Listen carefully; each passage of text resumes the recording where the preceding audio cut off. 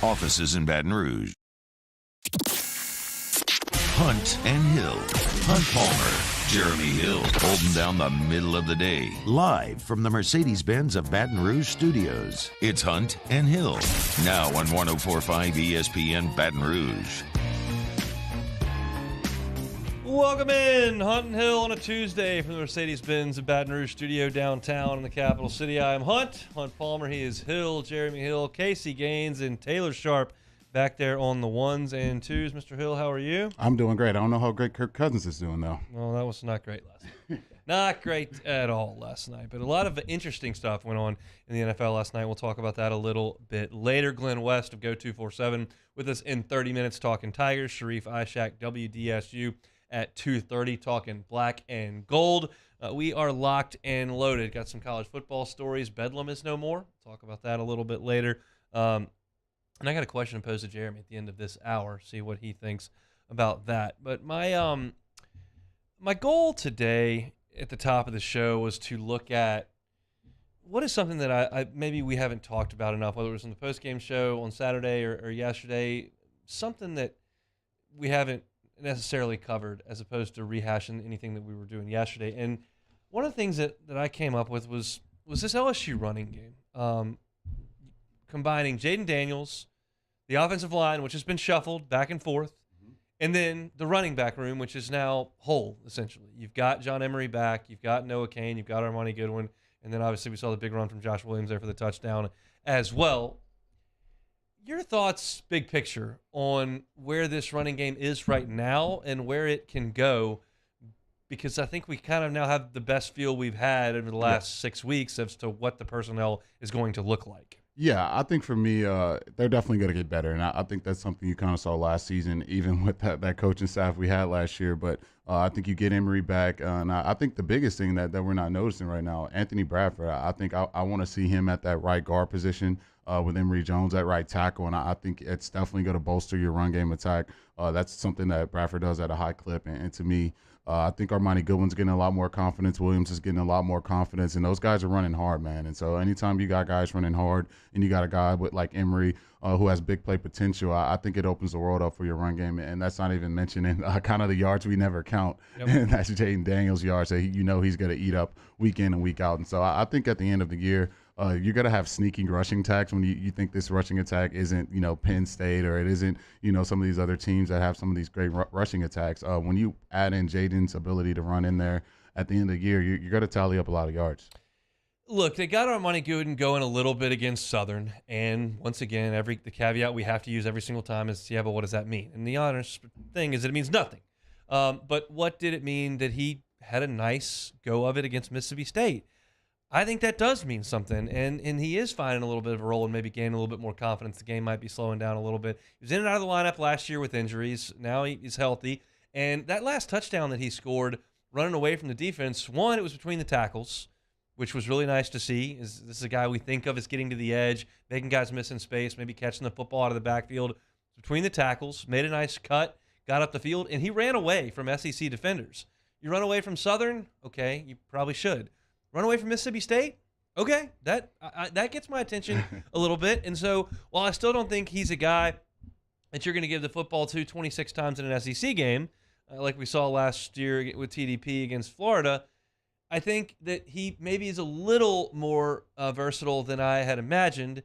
I still want John Emery to be the guy who touches it the most as a running back, but Armani Goodwin did some good things over the last 2 weeks. Yeah, he definitely has. And I think looking at him in that Florida State game, not the same guy you watched in that Mississippi State game, but just it seemed like in that Florida State game just kind of ran, took what was there. If it was blocked for 2, he got 2 yards. But he was breaking tackles in this Mississippi State game, and that's something that's huge. And obviously you talked about the big-time run.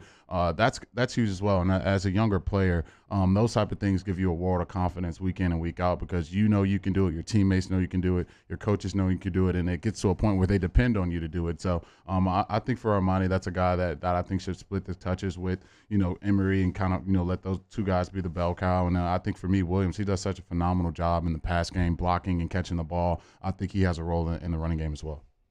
So this is something you brought up. I didn't notice it in the first game, but you definitely brought it up, and I want to echo it. If Josh Williams gets carries, and you look at that as a fan and say, why don't we give that to Emery? Where's Armani Goodwin? Here's the deal. They have to give him some carries because he's such a good pass blocker. You can't just put him into pass block so they know that you're going to throw the football. The threat of him running it has to be there. So even if they think there may be a better option on the ground, you can't get so predictable by personnel because you got your best pass blocker in there and he's only in there when you pass. You have to have the threat of running the football. 100%. I know this firsthand. My first 4 years in the NFL, me and Giovanni Bernard, and we had to do that delicate dance every week. When I'm in the game, are we just going to run it? If Gio's in the game, are we just going to pass it? And as an offensive coordinator and a coaching staff, you have to do a great job balancing that because the great coordinators, they're going to make you pay for it. You never want to become predictable. That's something that we watched this football program last season just really get L with. That's kind of the thing that kind of loses you football games. And so they're going to have to give them carries as much as you want to see some of those guys get the ball. You got to mix it up. You got to keep the defense on their toes. As far as Jaden Daniels goes in the run game, if you look back over his time at Arizona State and as a full-time starter in 2019, he ran the ball for 355 yards, an average under 3 yards per carry. Now, there's sack yardage in there, but he never ripped off a really long one. His long run of the season was only 27 yards. He had a longer run than that on the first play of LSU's season this year. But 125 carries. The COVID year, they didn't play enough games, so that doesn't do as much. But last year as a full-time starter, 138 attempts for 710 yards. He doubled up his yardage in just a few more carries. 125 carries his first year, 138 yards in his third year. I don't know whether to call him junior year, sophomore year. Like, there's a COVID year that doesn't count. Yeah. His third year as the starter, he only ran it 13 more times, but doubled up his yardage and doubled up his yards per carry and ran it for 6 touchdowns. We didn't know if that was because he had time to throw and had some really solid receivers that first year and was more willing to throw the football, or if it was a part of his game that he just kind of unlocked moving forward that he did want to run it a little bit more. Now you look up through 3 games, he's going to be running a lot.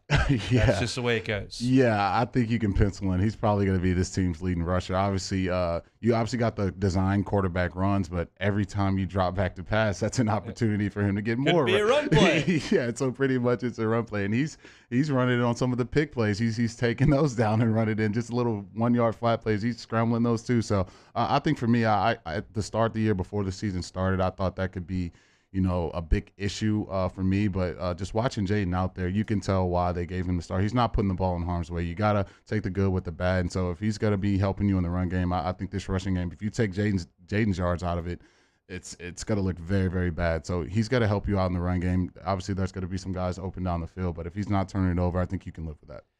So early in the game, in the first half against Florida State, pretty much all LSU was doing was Jaden Daniels dropping back and taking off. I mean, that's a little bit of an exaggeration, but it's not a lot of an exaggeration. That was the majority of the production on offense was just him taking off. Mm-hmm. And then I look at the drive that they got on LSU on the board for their first touchdown against Mississippi State, and almost 70% of that drive was him dropping back to throw and running.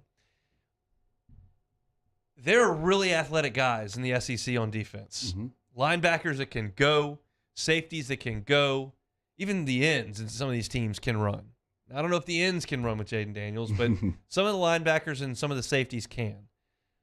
I just wonder how often he can do that until you determine, okay, and this is oversimplified, but as somebody that doesn't get the X's and O's, so I want your opinion on it. Mm-hmm. Hey, we're never letting him do this. I'm not gonna rush the passer. And I'm going to have a spy on him that's fast. He's going to have to throw the ball. At that point, you're not trying to take advantage of LSU's offensive line, which is all part of this X's and O's stuff. But if I'm a defensive coordinator, he ain't running that often. I'm just not going to let that happen. Yeah, and that preseason, that was my biggest fear. I'm like, look, if Jaden's just going to be pulling it down all game, you've been there. You watched those 2 seasons with Johnny Manziel. What did we do? We mush rushed him. He said, look, you can do whatever the heck you want to do in the pocket. Look, have your fill, have a blast, win the Heisman, do whatever the heck you want to do. But the second you start to try to break that pocket or scramble around, we're just not letting you have that. We're going to make you beat us from the pocket. And so I know Coach Denbrock, I know Coach Kelly, they're beating it down Jaden's throat that, hey, man, we got to get you to make these progressions. You got to get the ball out. You got to get the ball to your weapons. And you have to, because, any coordinator with the brain's going to know they're going to look at that box score and say, just get at 100 yards this week. 100, we're not letting that happen this week. We're going to mush rush you. We're going to spy you. And if you want to get a good idea of what that looks like, go back and watch Lamar Jackson's first game in the playoffs. He's playing the Chargers. They run 6 DBs that whole game. They just kept 6 DBs on the field. They spied them. They had speed everywhere, and they kind of just took that out of it no matter how fast Lamar was. And so I see as the season goes on, they're going to make adjustments, and teams are going to make adjustments. To me, Mississippi State didn't do enough of that. That's why Jaden had so much struggle in the first half. That's when they were much rushing him and spying him, and he really wasn't able to take off for the yards he was in the second half. And so I think that's something they're going to have to fix, because the good guys, they're going to take that away from you. I'll fast forward you to Friday's show, because this is going to be something that we talk about a ton on Friday, because it's really the most important thing in this game. But we'll start to touch on it here. You've got a camera roll in your phone of guys breaking open and Jaden Daniels not seeing it. And yes, that is frustrating. And we talked about he's not seeing the field and all that stuff. But the other piece to that is they're getting open.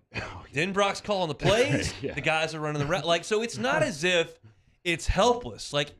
It's possible that he grows and develops into this, and Saturday's a great time to start against New Mexico. Yeah. But if you look at the offense, you say, it's so boring. He's just running. Why don't they call better play? Jeremy took pictures of it. They're running plays. There are guys open. Yeah, they definitely are. Look, I said it before the season. This is the strong suit of your football team. It's the wideouts. You got dudes. We got Jack Best sitting on the bench getting 3 plays. I know the injury stuff or whatever, but that's a talented receiver. He's barely getting reps now because it's just talent everywhere, and these guys get open, man, and that's something that was on full display in that Mississippi State game. I don't want to put Jaden out there too bad, but yeah, guys are just running butt naked wide open down the field. And so I think that's something that they're going to continue to try to do. To me, Kayshawn has to just get way more targets, way more look. You got to get the ball to Kayshawn. When you're playing better opponents, you're playing big-time teams, your best players are going to have to make big-time plays. And so hopefully Jaden and these receivers can get a lot more rapport, and as the season goes on, he can start making some big-time throws down the field. All right, take a time out. When we come back, we've talked a lot. I mean, August is chock full of preseason predictions and feelings and prognostications. We've seen basically both teams play 2 games now. LSU did play a third one, but basically the Saints and the Tigers have both played 2 games. I'm going to give you some things, 2 things I was right about to this point, and 2 things that I am surprised by at this point. We'll get Jeremy's thoughts on that as well. It's a Tuesday edition of Hunt and Hill. Hunt Palmer and Jeremy Hill. It's Hunt and Hill. Our listeners fire off their opinions on the jimsfirearms.net hotline at 499-1045. Keep listening for your next chance to shoot us your thoughts with the jimsfirearms.net hotline on 1045 ESPN Baton Rouge. Bayou Chrysler Dodge Jeep Ram has $12,000 off MSRP on all new 2022 Ram Black Widow trucks in stock. All new Bayou vehicles come with a 1 million mile powertrain warranty and free delivery. If you need sales or service, the crew at Bayou is going to do right by you. Want more customers? Running Boards Marketing can help you get their attention. Imagine your brand's message on a giant LED billboard truck that can't be skipped and is nearly impossible to ignore. Running Boards Marketing is the leader in effective and affordable advertising on digital mobile billboards, which are 2 times more effective than traditional billboards. With a 97% recall rate, you'll leave a lasting impression with your customers. Visit us online at runningboardsmarketing.com so we can drive your message to where the people are. Gulf Coast Bank and Trust is giving our customers the power to bank anywhere, anytime during this challenging event. And we're right there with you. Our mobile banking app is a smart way to manage your money and time. Gulf Coast Bank and Trust, the bank that cares about you. Eli's always been into grilling. It took us a while to see it, but the signs were there. What are you doing, Eli? I knew grilling was my thing. I have been talking about it throughout my career. Happy with the results? I am. Got the new grill from barbecueguys.com. It performed great. My advice, as I always told my boys, do more of what you're born to do. Barbecue Guys, for those who were born to grill. You want cheese on your burger, Pops? I'll take a little cheese. Crime has serious consequences, but anyone can make a mistake. If you find yourself in trouble with the law, know that you have rights, and it's okay to demand them. The law offices of O.C. Brown are here to protect you and your rights. Felony or misdemeanor, DUI or drug charge. No matter what crime you're accused of, you still have rights. Let the law offices of O.C. Brown uphold them. Call 225-343-1111. Your law firm for a lifetime. I'm Jay Ducote. I grew up learning how to cook at LSU tailgate parties and right in my own backyard. And I created JD's Louisiana products to bring that Louisiana flavor to you at home for your backyard cookout. JD's Louisiana barbecue sauce, Louisiana molasses mustard, spicy and sweet barbecue rub, and more are available at your local supermarkets or by logging on to jducote.com/shop. Put in promo code CST for 25% off at checkout.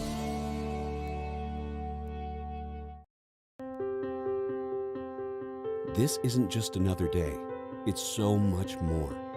Kelly's life was put on hold when her auctioneer primary care doctor discovered a rare blood disorder. Her doctor connected her to an auctioneer care team of cancer, heart, and kidney specialists.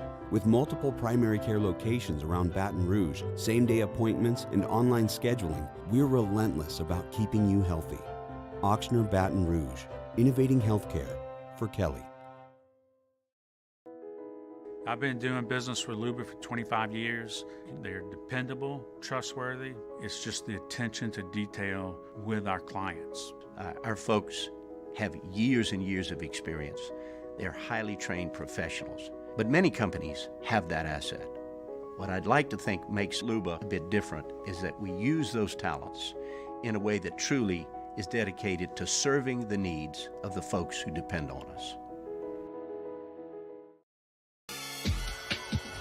This summer, meet Acura's heroes of performance.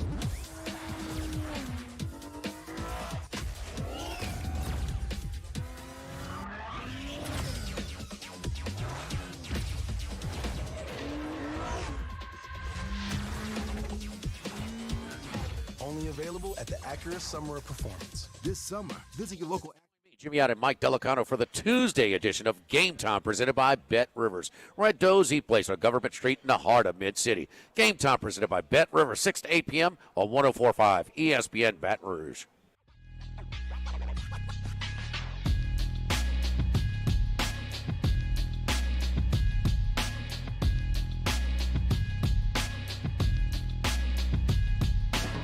This is Hunt and Hill on 104.5 ESPN Baton Rouge. Glenn West with us in about 13 minutes talking Tigers. Of course, Glenn with Go 247 with us every single Tuesday at 1:30. All right, a couple of things that I feel good about my preseason thoughts as far as LSU and the Saints go. We'll get to the things that we may have whiffed on coming up here in a second. But as far as LSU goes, I thought LSU would be prepared to play and well-coached. And by my estimation, the X's and O's have been good for LSU.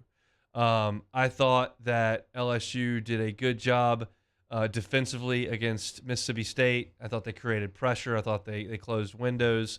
Even the long touchdown the Mississippi State scored right out of the chute was just a missed tackle. That's just it was coached well and it just wasn't there. I thought LSU looked really prepared in the 2-minute drill against Florida State. I thought that the X's and O's to me have looked really good. Now, 4 procedure penalties in the first half were not good for LSU. They called a timeout on a 3rd and 15 with a play clock going down, which I don't love. So some of that stuff they got to clean up as they continue to move forward. But as far as game plan, clearly offensive adjustments in Florida State and Mississippi State games were really good because the team really got cooking in the second half. I think LSU has been well coached, and that's something that I thought would be the case. Thought maybe talent wouldn't be quite there on this team, but I think they're prepared. Yeah, I think I don't know how high we set the bar last season with the coaching staff. I tried throwing these shots, but looking at what they're doing this season, it's just night and day. Just looking at these game plans and what they were doing on the field, especially the defensive side of the ball, it's just a lot more exotic. And I think it's doing what I always say, put your players in position to make plays. And like you said with the Major Burns, he was right there in position to make a play, and it's up to them to go out there and do that. And so I think that you're going to see that all season long, and as they continue to learn these players and continue to learn what guys do well and everything that way, I think these kids are going to be in position to make plays. It's just going to be up to them to go out there and do it. As far as something I feel like I was on the right track with the Saints, and we'll see. It's 2 weeks. 2 weeks. But I just don't feel great about Jameis. I mean, they've had 7 terrible quarters. And your offense in the first half of the Atlanta game was Taysom Hill running. And it kicked in gear in the fourth quarter, and you started finding Mike Thomas and cooking, and that was great. But then you come back against Tampa, and you don't score. You don't score touchdowns. So he might be hurt. Maybe Pete Carmichael has not done a great job. There's a lot of moving parts there. There are variables there, and it's tough. But I just don't feel very good about Jameis right now. Yeah, I think, a lot of times we spend a lot of time laughing at Jameis, especially at the stuff he says. But after that Falcons game, he said he was hurt everywhere. And when you hear guys dealing with an ankle, he's coming off an injury, he has fractures in his back. I don't know if I'm putting him in the starting lineup, especially when the gap between him and the backup isn't that big of a gap to me. I think, until Jameis gets healthy, I wouldn't mind seeing Andy out there. Especially with Jameis, kind of limping and laboring around. I think you get that guy healthy if you feel like he's your starting quarterback, because already, we kind of have those question marks about his, turnovers and his decision-making on the field. Now you parlay that with him, his whole body kind of being banged up. I think, for me, I would kind of want to see Andy in there and kind of see what he can do, because he's healthy and he's been there and he's done that, and kind of let Jameis get healthy and kind of bring him back if you want him to be the guy. I don't hate that at all. And I'll play a little bit of devil's advocate, and this is one of those things that I don't necessarily believe it, but I'll play an angle on it. Mm-hmm. Clearly, the Saints playing the Panthers and the Falcons and the Buccaneers, the NFL is just a better product. However, you're talking about winning. You're talking about the best thing for your team. Having New Mexico on the schedule when you got some guys banged up, not the worst thing in the world. No. Kind of sucks for season ticket holders. I get it. You don't want to see us win by 50 points. I got you. My parents will be out of there in the second quarter. My niece is coming to her first game ever. She's 3 years old. She's going to go in there, get some concessions, and she'll be out of there in the second quarter. And that's not necessarily what everyone loves, and I get it. But you want to rest your starting quarterback? Tougher to do it against Carolina. A lot easier to do it against New Mexico. Look, I'm just saying. Look, as a former player, these are the breath of fresh air you need throughout the season. You don't want to be playing Oregon first week, Alabama this week, Georgia this week. Your body is going to be beat to a pulp. And like me and my boy Big Fave says, hello, somebody. These are the stat games. You got to get those stats up, man. Look, he's struggling the run game a little bit. Let's get the run game going here. I got Fave to not say pass rush was the key to the game on Saturday. First time in 6 years, my guy deviated. I think we'll be going back. He's going to say, what's the key to the game? Sacks. We can get like 3 on these guys. So that'll be what Fave has to say coming up on Saturday. So those are the things that I feel like I was pretty much on the money with to this point through 2 games for each team. Where I whiffed, I really was under the impression that both quarterbacks were going to play a ton. Mm-hmm. I thought that if things stalled out with one quarterback, the other one would come in. We have seen the offense stagnate in both games, really, and there's not been any inclination that the backup quarterback was coming in the game. Now, you get up 34-0 on Southern in the first half, the largest in the first quarter, biggest first quarter offensive output in the history of the school. Yeah, Nussmeier's going to play the last 3 quarters. Like, that's how that would go. But I thought that in the event that things weren't moving the way that they wanted to, which they weren't against FSU and they weren't in the first half against Mississippi State, they would go to another quarterback. And I think that they are so convinced that Jaden Daniels is the right guy that take was off, and I really believe it. Yeah, look, everyone knows I was pumping nuts like no one else's business, but I think that avenue closed. I mean, I could see it in the first game. That avenue was probably not going to be there, and to me, it's not the worst thing in the world. I think if Nuss, kind of could cut those turnovers, I just really wish he could have done that. But I just think he's not ready yet. He hasn't matured enough yet to be able to go out there and do it time and time again. And with that being said, I think Jaden's really earned that right. He's the leader of this offense, leader of this team. They're going to count on him week in and week out to go out there and make plays. You see Coach Kelly coming down hard on him because he expects greatness from him. He expects him to go out there and get the job done. So, yeah, I think you and I both were kind of a little wrong on the quarterback room. And then one thing, and I said this a number of times in August. It's like, I'm not sure about the Bucs, man. I think the Saints are a more complete team. And then all of a sudden you look up, Tampa went to Dallas and put the clamps on them. And then they came in the Dome and were the better football team. Mm-hmm. Say what you will about a Mike Evans fight and all that, but the Bucs swarmed the Saints defensively. And right now, it would be very difficult for me to make the argument that the Saints were the better team, considering they went to Atlanta, got out by the skin of their teeth, and then they got beat significantly bad in week 2 against Tampa. So I might have misstepped there. Yeah, talk about the game manager extraordinaire, and that's Tom Brady, because you watched a ugly football game for 3 quarters, but he wasn't going to give the Saints a pick 6. He wasn't going to put it in harm's way. He was going to make sure, it's down to the last drive. I'm not going to give these guys a chance to win the game. And you look at the Saints and kind of what they had going. You had a guy putting the ball in harm's way, giving the Bucs every opportunity to win the game. And sometimes you're not going to go out there week in and week out and throw for 450, throw for 5 touchdowns. You got to take different avenues to win football games. And if anyone knows how to do that, I think it's Tom Brady. And so even with, Julio Jones out of the lineup, Chris Godwin out, missing linemen out the wazoo, Gronk's gone, still find a way to win. And so that's why it's just so hard to bet against Tom Brady. Yeah. And it was kind of an ugly game in the Superdome, but I had a good time.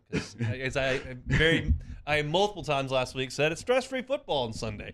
I can't breathe watching LSU play on Saturdays, but when the Saints are out there, beer man, give me one of those dome foams. It was an enjoyable day in the dome, other than the fact that the Saints played very, very poorly. So that's kind of where I sit here. If you got any of the predictions that you got right or got wildly wrong, go to the Bayou Forward chat over there on the YouTube channel and lay them in there. So we'll go through them and maybe read 1 or 2 of them. Still a ton to get to before 3 o'clock hits.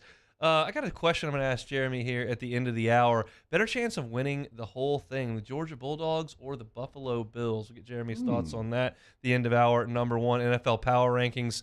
Not ours, CBS's and ESPN's, coming up at 2 o'clock. Where are the black and gold after 2 weeks in that? Got some college football talk. Sharif Ishak with us at 2:30 to talk about the Saints. Sharif down there covering the squad in Metri. We'll finish the show as we do each and every day with some Take It or Leave It. I want to remind you this week on dropbiscuit.com, wherever you listen to your podcast, our new series, Pops, the Louis Armstrong story. Pops brought to you by New Orleans & Company. Check out neworleans.com and come visit New Orleans. And we want to congratulate Grant Ducey of Baton Rouge. Grant won Week 3 in the 2022 Twin Peaks College Football Pick'em Contest. He wins a $50 Twin Peaks gift card. Don't forget to make your picks for Week 4 by 5 o'clock on Thursday. You can play the 2022 Twin Peaks College Football Pick'em today at 1045ESPN.com. We'll take a timeout, come back with Glenn West. It's Hunt and Hill.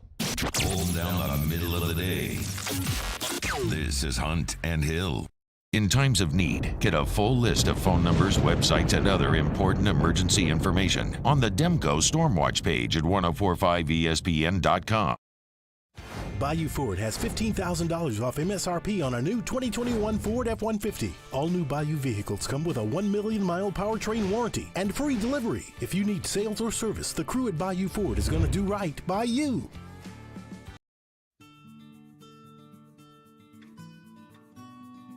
This is a house call.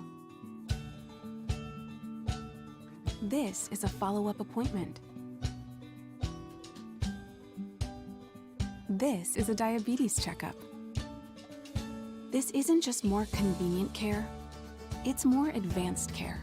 This is innovating healthcare at Louisiana's #1 hospital, Ochsner.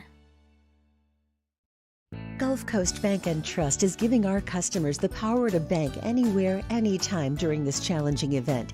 And we're right there with you. Our mobile banking app is a smart way to manage your money and time. Gulf Coast Bank and Trust, the bank that cares about you. I've been doing business with Luba for 25 years. They're dependable, trustworthy. It's just the attention to detail with our clients. Our folks have years and years of experience. They're highly trained professionals, but many companies have that asset. What I'd like to think makes Luba a bit different is that we use those talents in a way that truly is dedicated to serving the needs of the folks who depend on us.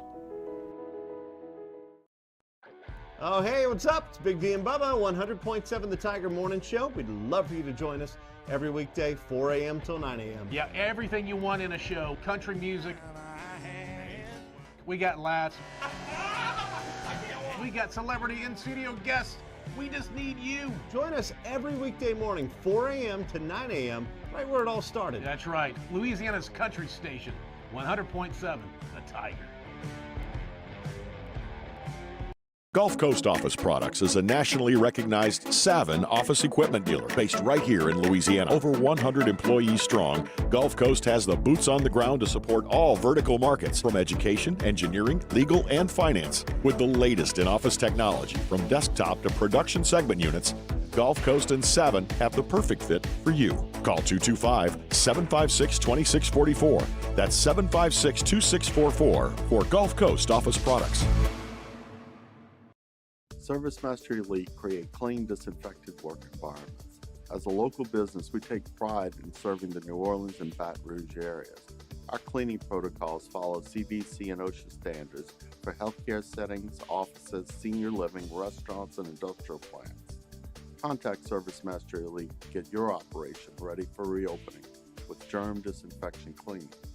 ServiceMaster Elite, the trusted choice in professional cleaning since 1996. It's no secret, the best oysters in Baton Rouge are at Jolie Pearl Oyster Bar. Enjoy mouth-watering South Louisiana flavor and oysters from all over the country. And don't forget our nightly drink specials.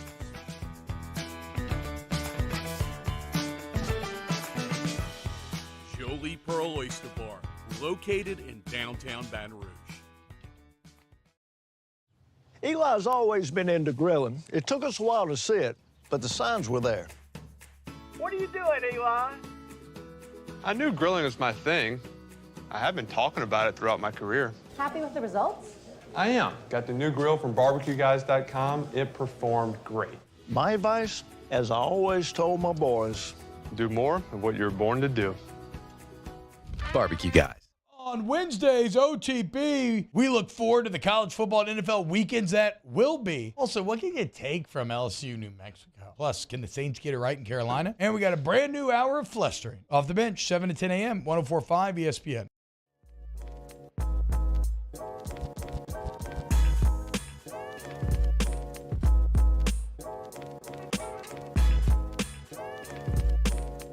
Hunt and Hill, 104.5 ESPN Baton Rouge. Sharif Ishak in an hour, talking Saints from down there at WDSU. Now we head off to the phone lines we do each and every Tuesday, 1:30. Glenn West of Go 247. Glenn, thanks for your time. How are you, sir? I'm doing great, guys. How are you? Doing well. How impressed were you with LSU on Saturday?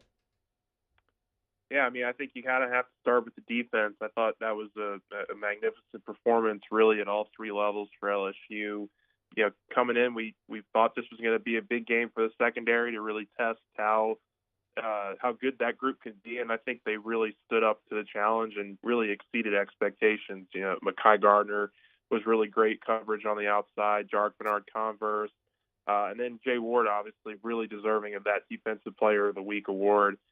He was fantastic. He was all over the place. And so I was really, really impressed with the secondary. I think, you know, after watching that defense on Saturday, you can certainly see a scenario where LSU is pretty much in every game this year if they can get that consistency out of the secondary, because Mississippi State's offense is no joke. I mean, they have a experienced second-year quarterback in that system. They have a lot of players that can make plays.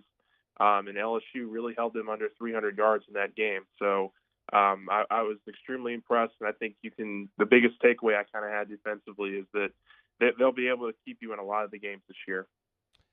This Jay Ward emergence in the game, is that a one-week thing because of the matchup with Mississippi State and what they did with them, or is that something they can build off of?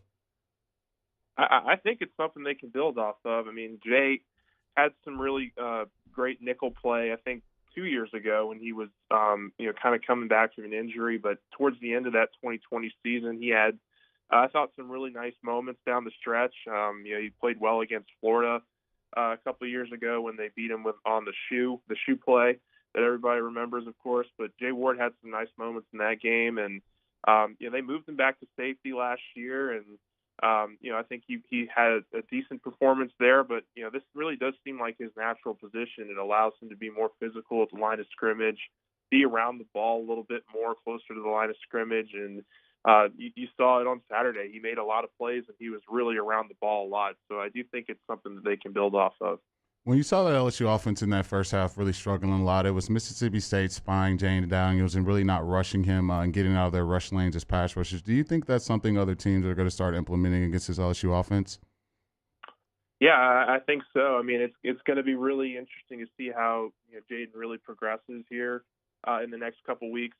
Something we talked with Coach Kelly about on Monday was just him trying to find that balance between knowing when to run and when to kind of step up in the pocket and deliver a throw. And I think that's something that they're still working on. There were some moments, I think, in that Mississippi State game where they would have liked to see him, throw the ball and kind of find an open receiver. But when you have such an electric athlete like that, you have to be careful with how much you want to hold him back. And so, I do think there are going to be some situations that continue to crop up this year where he might miss a receiver, but I think his mobility and his athleticism is really going to be able to help LSU consistently move the sticks on offense. And you kind of saw it there in the second half when they're getting the ball out of his hands quickly.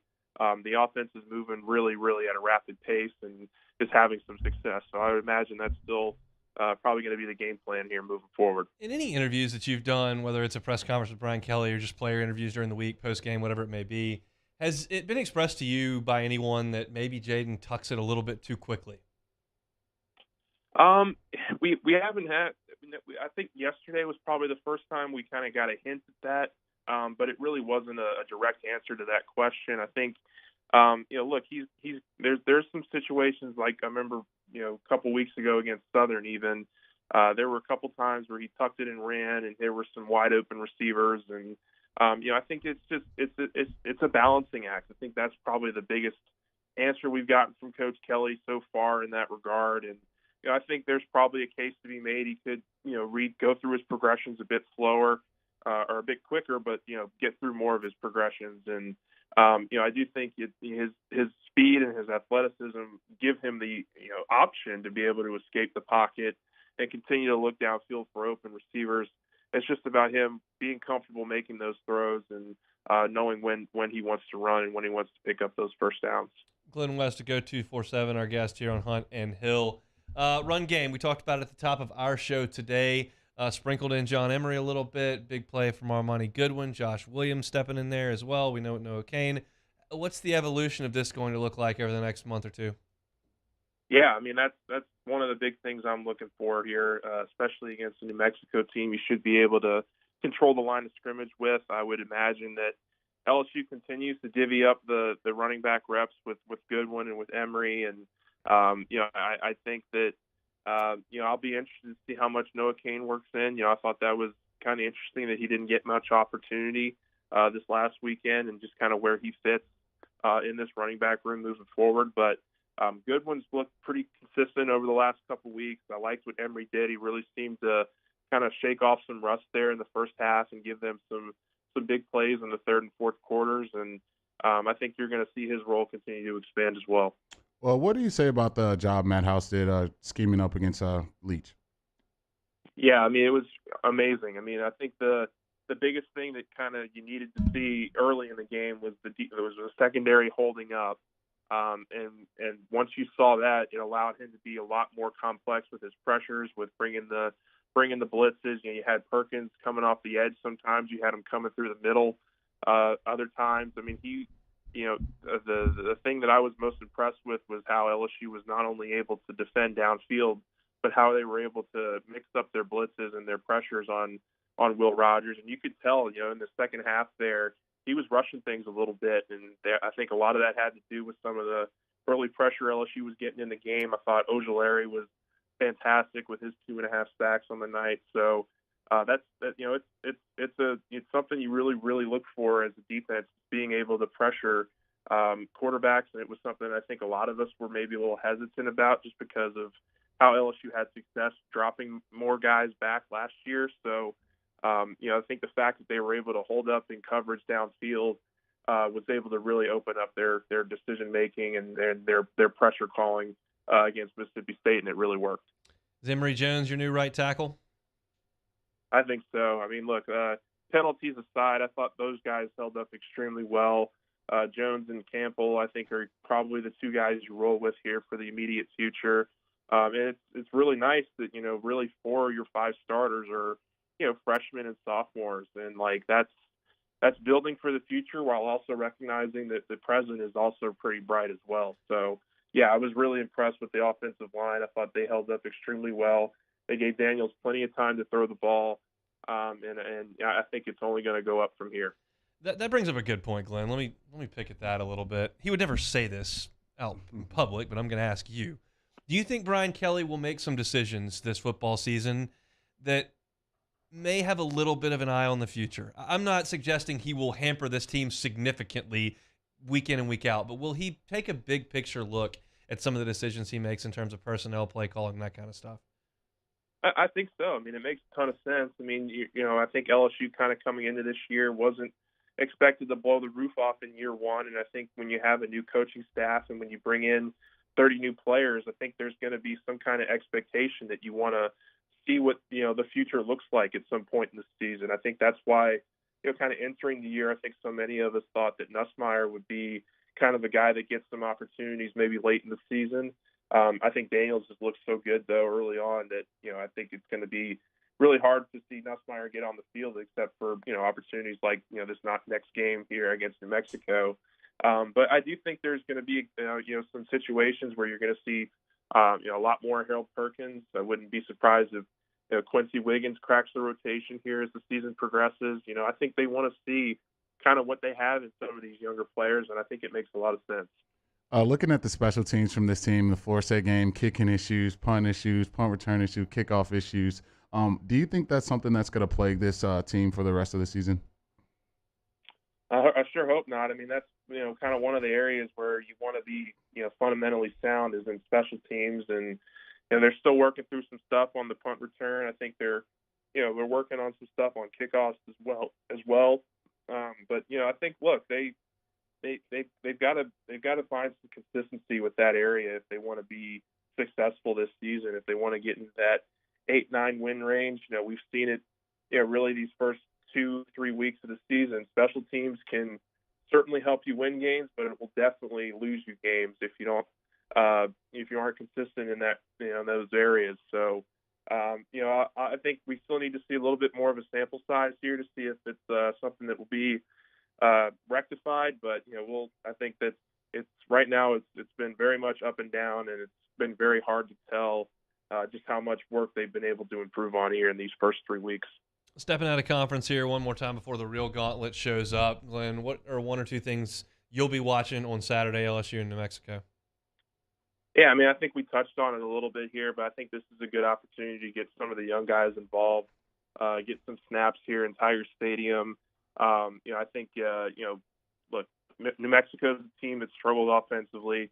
I think LSU's defense is going to be able to hold that team down, hold that offense down. They're a very run-heavy offense, and so it's going to be important for LSU to get them off the field early. But I think it's going to be one of those games where you might get some extra rest for the starters, which is really, really good heading into your first true road SEC game next week. And, look, if there's a couple guys banged up, does it make sense to sit them this week and prepare for that Auburn game? I'm not sure, but I think there's going to be a lot of opportunity for a lot of the young players on this roster. And I think LSU, if you head into the fourth quarter and it's a single-digit game, I think something's gone terribly wrong. So, I think LSU's probably in pretty good hands this week, but you still got to go out there and execute.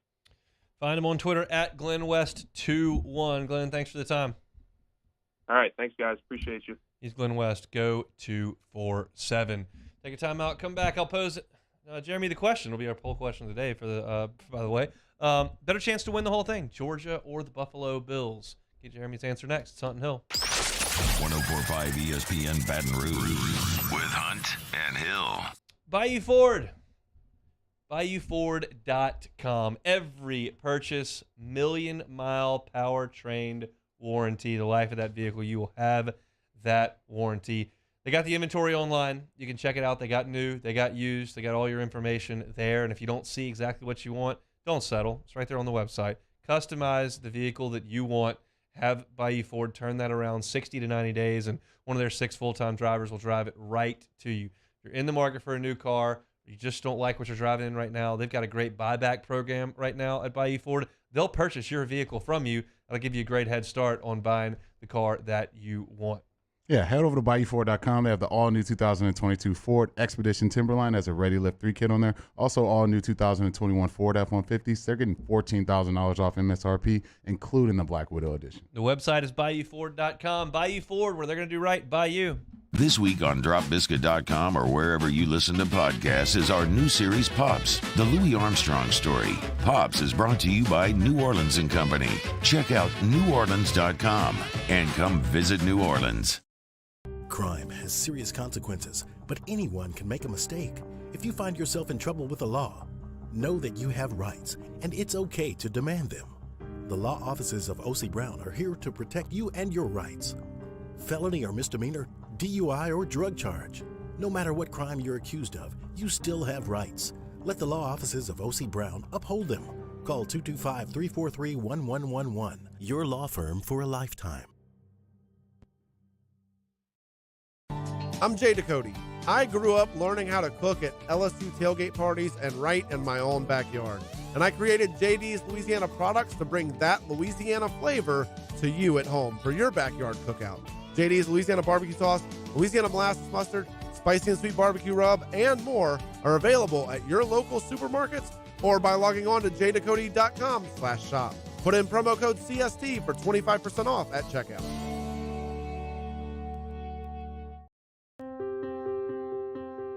This isn't just another day. It's so much more. Kelly's life was put on hold when her auctioneer primary care doctor discovered a rare blood disorder. Her doctor connected her to an auctioneer care team of cancer, heart, and kidney specialists. With multiple primary care locations around Baton Rouge, same-day appointments, and online scheduling, we're relentless about keeping you healthy.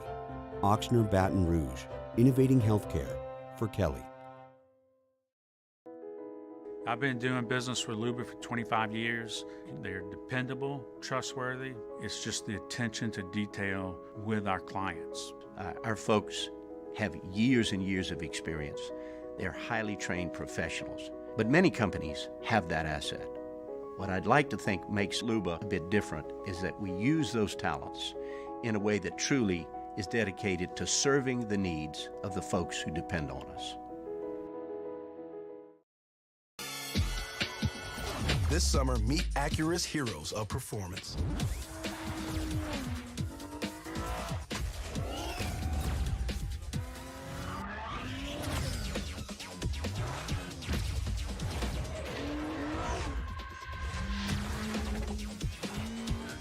Only available at the Acura Summer of Performance. This summer, visit your local Acura dealer for attractive offers on the MDX.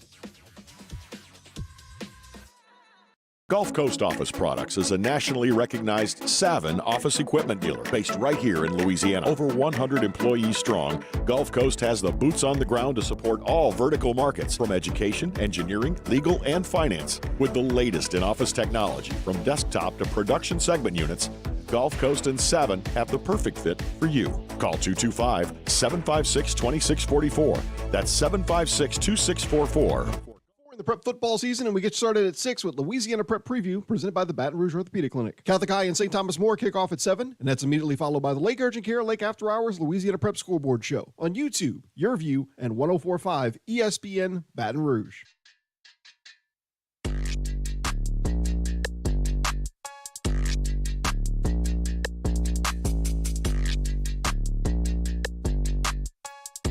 This is Hunt and Hill on 104.5 ESPN Baton Rouge.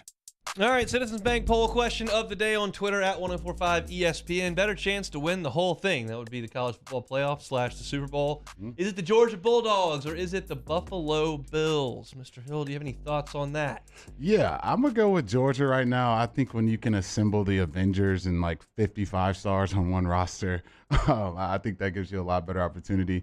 Parlay that with playing in the SEC East. You're going to stack up a lot of wins very easily that way. And then you got to probably win, 2 tough games, maybe 3. The Bills, it's an NFL gauntlet. So many things could happen. With Georgia, you lose a player, you trot the other 5-star tight end out there. The Bills, you're one injury away from your entire season changing. So for me, I'm going to go with the Georgia Bulldogs. Yeah, that's the correct answer here. There just are far more obstacles in the way of the Bills than there are obstacles in the way of Georgia. And look, some people may say Alabama is more likely to win, or do you think Ohio State's really good, or whatever it may be. But the Bengals made the Super Bowl last year. I mean, they went to Arrowhead and won. Nobody would have picked that at this time in the year. And the Bills are really, really good, and we knew that entering the season, and they were awesome last night. But yeah, the answer here is very clearly that Georgia has a better chance. Now, would you take? I want to be fair. I'll give you one more team besides Buffalo. Okay. Who is it? Right now, man, I'm gonna go with the Chiefs, man. I think Mahomes looks really good right now. I'll give you Buffalo and the Chiefs or the field. Ooh, in the NFL? Yeah. Oh man. That's so hard. It's so hard. I have to take the field. You just have to take the field. It's just so hard to pin that down, man. You look at the odds before the season, they're going to give you great odds to pick the Super Bowl winner because it's just so hard no matter if you're picking the favorite, you're picking the least favorite, no matter what. You put $100 on, you're going to get a lot back because it's just so hard to pick that one team that's going to – you don't know what's going to happen. And if Josh Allen gets hurt, they're out the door. Mahomes gets hurt, they're out the door. That season's just toast. So hard to predict these things. So, yeah, I'm going to take the field every time. I think that's right. All right, if I gave you Georgia or Alabama or the field. I'll take Georgia or Alabama every day. I'll take that all day long. You're not dealing with a very big field at that point. Yeah, no, not at all. I think, when you look at those two teams, I mean, they're perennially probably the two best teams in the country. I mean, we look at the rankings for the last 4 or 5 years. I'm pretty sure they're penciled in every single time to be the best two teams. And those rosters, just look at those rosters, man. Just talent out the wazoo, top to bottom. And you look around the country, it's just hard for these other programs to assemble that much talent year in and year out. So if I had to pick college level, yeah, give me Bama, give me Georgia. I'll ride that out for the whole season. And this is one where we're just not quite old enough to give the proper perspective to it.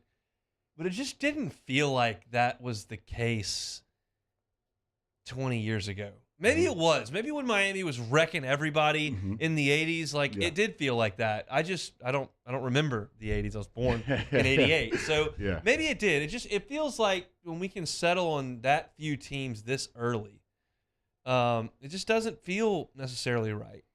Yeah, it's just different. It's super different, especially if you like other sports. If you like baseball, if you like basketball, there's just so much parity. With college football, especially now when NIL coming into the fold and transfer portal coming into the fold, these teams aren't going to fall off, especially if their head coach, we talk about structure and you being there, having tenure there. What's going to stop Alabama from recruiting every 5-star every single year? What's going to stop Georgia? There's nothing in their way. And then now, if there's any facet of their team where they feel like they may have a small hole in, well, guess what? Let's go get the 5-star that had a big-time year over at this school. Let's go get this guy at this school. And it's just like it's just so hard for them to really have that huge drop-off that you need for another team to come in and kind of take that mantle. So, yeah, in this dynamic that we have now, these teams are going to continue to dominate the way they are. Rainbow says Miami was destroying people in the early 2000s too. Huh? Yeah, they did. I mean, they had those two teams that were really, really good, but I think it was a little bit more sustained in the late 80s than it was right around there. But at that point, it perfectly stands up. It just, I don't know. It feels like you had really dramatic late season stuff, even like in 2007 when we can go back and talk about all the teams that were in the mix, and it just doesn't necessarily feel like that at the moment. But whatever. LSU's trying to move in the right direction, and we'll worry about that when the time comes to get to it. So that's our Citizens Bank poll question of the day. I'm curious to see what the results will be. We'll tell you about that at the end of the show. I think the proper answer here is Georgia, but I think people might be a little bit in a daze about what they've seen from Buffalo the last couple of weeks. If you heard Hanniger's show a little bit earlier, he had Colucci on, and they were talking about betting. It's like, is anyone betting against the Bills? And he's like, pretty much no. Vegas would love to get some action against the Bills, but it's pretty much 100% coming in on Buffalo in terms of futures, in terms of game to game. Teams are all, or bettors are all over the Buffalo Bills. They should be. The Bills look to be the best team very, very clearly. 104.5 ESPN and Acura of Baton Rouge ask for your support in helping us raise money for Folds of Honor. It's a nonprofit organization which provides families of fallen or disabled service members educational scholarships. To donate to this important cause, visit our website at 1045ESPN.com. This week, everyone who donates will be entered to win tickets to see 38 Special October 28th at Raising Cane's River Center. Donate now, 1045ESPN.com, from Acura of Baton Rouge and 1045 ESPN Baton Rouge. That'll just about do it for our first hour here of Hunt and Hill. If you missed it, it was a lot. We talked about LSU's running game at the top of the show, and with new offensive line shuffling in, new running backs available now, what Jaden Daniels' future is, what that running game looks like. That was at 1 o'clock at 1:15. Went through some preseason predictions that we think we did pretty well on, as well as some preseason predictions that we did very, very poorly on. You can check that out as well. Glenn West of Go247 with us at 1:30. We're just kicking around Georgia or the Buffalo Bills question here, which you can find on Twitter. Missed any of that? You can catch it on demand, 1045ESPN.com, or on Apple Podcast, or on Spotify, or on YouTube. Anywhere where you consume your audio, you can find all of that on demand each and every day from Hunt and Hill. Hour 2 coming up.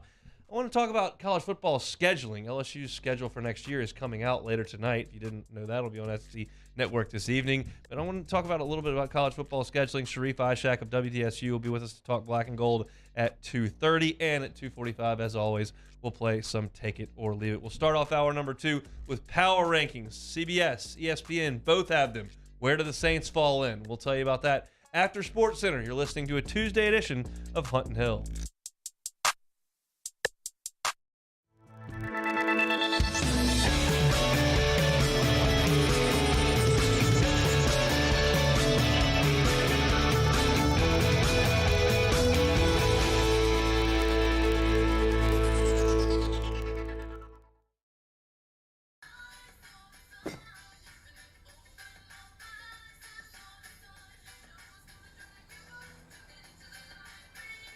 Miller Lite has more taste and only 1 more calorie than Michelob Ultra.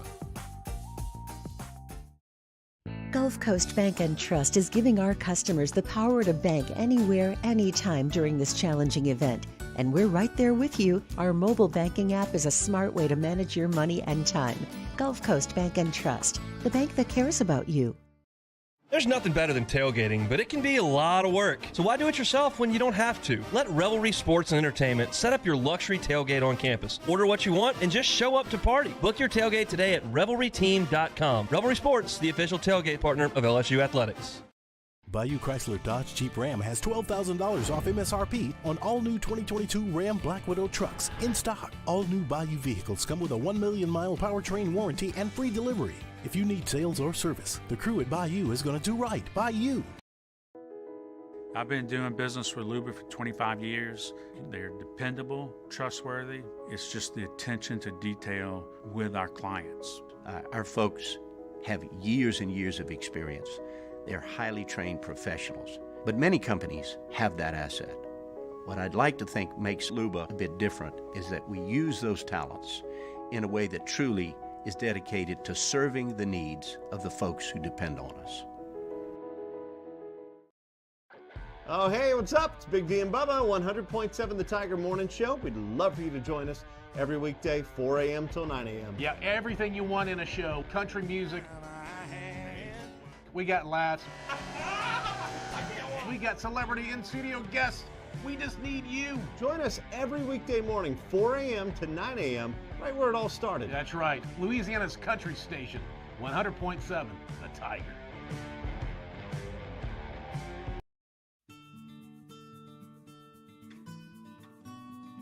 This is a house call. This is a follow-up appointment. This is a diabetes checkup. This isn't just more convenient care, it's more advanced care. This is innovating healthcare at Louisiana's #1 hospital, Auctioner. ServiceMaster Elite create clean, disinfected work environments.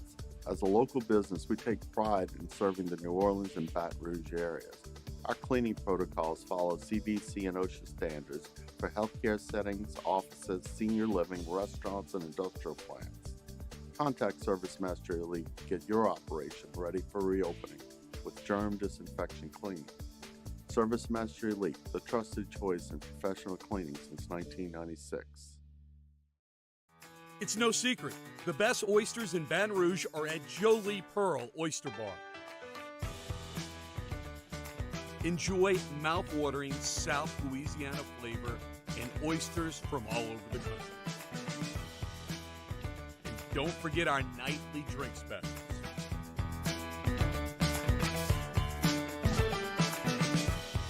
Jolie Pearl Oyster Bar, located in downtown Baton Rouge.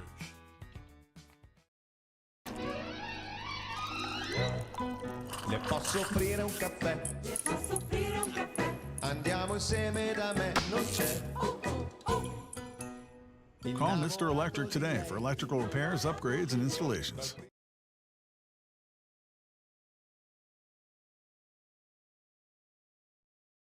This is SportsCenter. I'm Christine Lisi. A mega deal for Avalanche star Nathan MacKinnon. He re-signed with the defending Stanley Cup champions. The new 8-year, nearly $101 million extension will make MacKinnon, a former #1 overall pick, the highest paid player in the NHL. Jalen Hurts showed a national audience why he's the Eagles' franchise quarterback. He threw for 333 yards, ran for 57 more, accounted for 3 total touchdowns in the 17-point win over the Vikings on Monday Night Football. And big things could be in store for Hurts and the Eagles this season, says our Keyshawn Johnson. You look at where they're at in their schedule, they've got a cakewalk into the bye. And even after the bye, they got the Commanders, the Jaguars, the Cardinals, the Cowboys, a bye, the Steelers, and the Texans. All right. Come on now. Listen. Their schedule is set up for them to have the #1 seed in the NFC. Keyshawn of Keyshawn, J. Will, and Max. Bills starting quarterback Dane Jackson, who took a scary hit from a teammate in last night's win over the Titans, has been released from the hospital. Tests revealed no major injury to his neck or spinal cord. He is undergoing further evaluation today. Brought to you by Capital One Auto Navigator, where you can find a car, get pre-qualified instantly, and see your real monthly payment without impacting your credit score. Capital One, what's in your wallet? Terms and conditions apply. Find out more at CapitalOne.com/Auto Navigator. 1, 2, 3. Hunt and Hill. Hunt Palmer, Jeremy Hill, holding down the middle of the day. Live from the Mercedes-Benz of Baton Rouge studio, it's Hunt and Hill. Now on 104.5 ESPN Baton Rouge. Hour 2, Tuesday edition of Hunt and Hill. Sharif Ishak with us in 30 minutes. If you're looking for something to do this evening, Plucker Sports Trivia, 8:30 Nicholson location. We will be there. 5 rounds live action sports trivia. Be giving away gift cards. Get something cold to drink, something good to eat, and win some cash. It's a lot of fun. Nicholson location of Pluckers, 8:30 tonight. I will be hosting. ESPN with its power rankings for the NFL after week 2. Buffalo Bills, #1. As you said earlier, the Kansas City Chiefs at #2. They've still got the Bucs up there at #3. The Rams, 1-1 Rams at 4. The Miami Dolphins at 5. They are 2-0. The Chargers at 6. Packers at 7. Eagles at 8. They should be higher than that, in my opinion. The Ravens at 9. 49ers at 10. Vikings at 11. Saints at 12. Any of that jump off the page at you? A lot of Tua love getting it going, spreading around the world. That's a little much for me. I'm in a Survivor thing with buddies with $20 in the pot, and I'm looking through it. I'm like, do I just try to stay? There's only 6 guys left because it's been such carnage the first few weeks.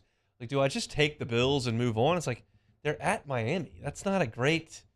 I mean, I think they'll probably win, but I don't feel that good about it. I mean, I wouldn't have had the Dolphins as the 5th best team in the league, but man, they're playing pretty well. Yeah, I mean, they are. I think anytime your quarterback throws for 6 touchdowns and 4 touchdowns in the fourth quarter, it's good. And you look at the weapons he has on the outside with Waddle and Hill. Those are probably the 2 fastest receivers in all of football. So, yeah, it's easy to pump that, but I need to see a little bigger sample size. It's the NFL. We know things change from week to week. Last week, people were pumping Kirk Cousins. Oh, yeah, they're winning the Super Bowl. Yeah, go Kirk. And then I had to win in the North. And then look at Kirk last night, just, making my boy Jets want to pull those dreads out his head. So, yeah, I think I want to see more from Tua. Obviously, it's a great start to the season for him and that team. They got a ton of confidence. Their coaches, I like when their coach, he calls a great game, but I need to see more.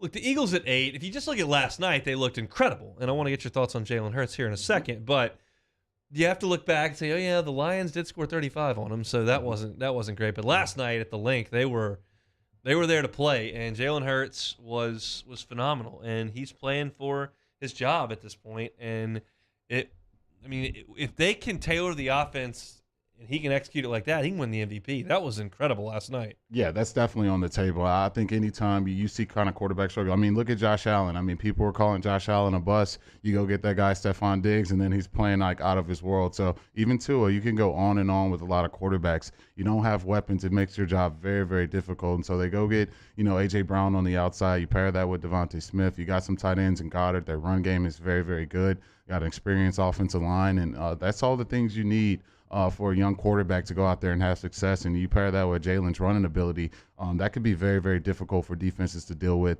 week in and week out. So I'll be paying close attention to the Eagles. That's a very, very talented football team. And when you come off a Super Bowl and you win one, you kind of want to feel that flavor again. You want to taste that again. A lot of turnover left from those Super Bowl team still on that roster. So that's a good football team. They've been in playoffs. They know what it feels like. And Jalen's going to be a big part of what they do this season. I mean, he was running past people. He was making guys miss. He dragged two guys into the end zone in the long touchdown run, hitting the deep ball with good touch. I mean, it was a clinic last night from Jalen Hurts. That's the positive side. On the negative side, one I did not think I'd be doling out here, they've got the Colts at number 25 in this power rankings.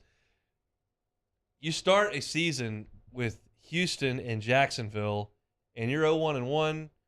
Trouble in paradise. And Matt Ryan may not quite have it. I don't know what the deal is, but they're not good. Yeah, they didn't have their best receiver last week, Pittman, and they really showed. Just couldn't get the pass game going at all. And you really look at that roster and the weapons they have on the outside. They lost T.Y. Hilton from last year. You lose Pittman, and it's like, who are we throwing the ball to? And then to me, if you don't have those weapons on the outside and you know that going into the game, why is Jonathan Taylor getting 9 carries? That's just, to me, it's asinine to do that. And so, yeah, the Colts, I'm not going to just totally count them out yet. It's a long season. They still have a lot of talent on that roster, but that's no way to start a season if you're the Colts. I totally disagree with, well, let me not be quite that demonstrative because of what we said all August. But after 2 weeks of play, not preseason press clippings or, state of the franchise, after watching the teams play for 2 weeks, having the Atlanta Falcons dead last at 32, I can't do it. I mean, they had the Saints on the ropes for 3 quarters, and then they went out to L.A. and were a Jalen Ramsey freak show play from winning the game. Like, that, to me, is not 30 seconds. No, I think that's a little disrespectful. And I talked about it when we talked about the game yesterday. I'm like, that's a team it's an annoying team to play against because naturally in your brain, you're like, it's the Falcons, not that big of a deal. And then you get out there on the field with them, and Mariota's pulling it out, running the ball. You still got Kyle Pitts. Their defense is really scrappy.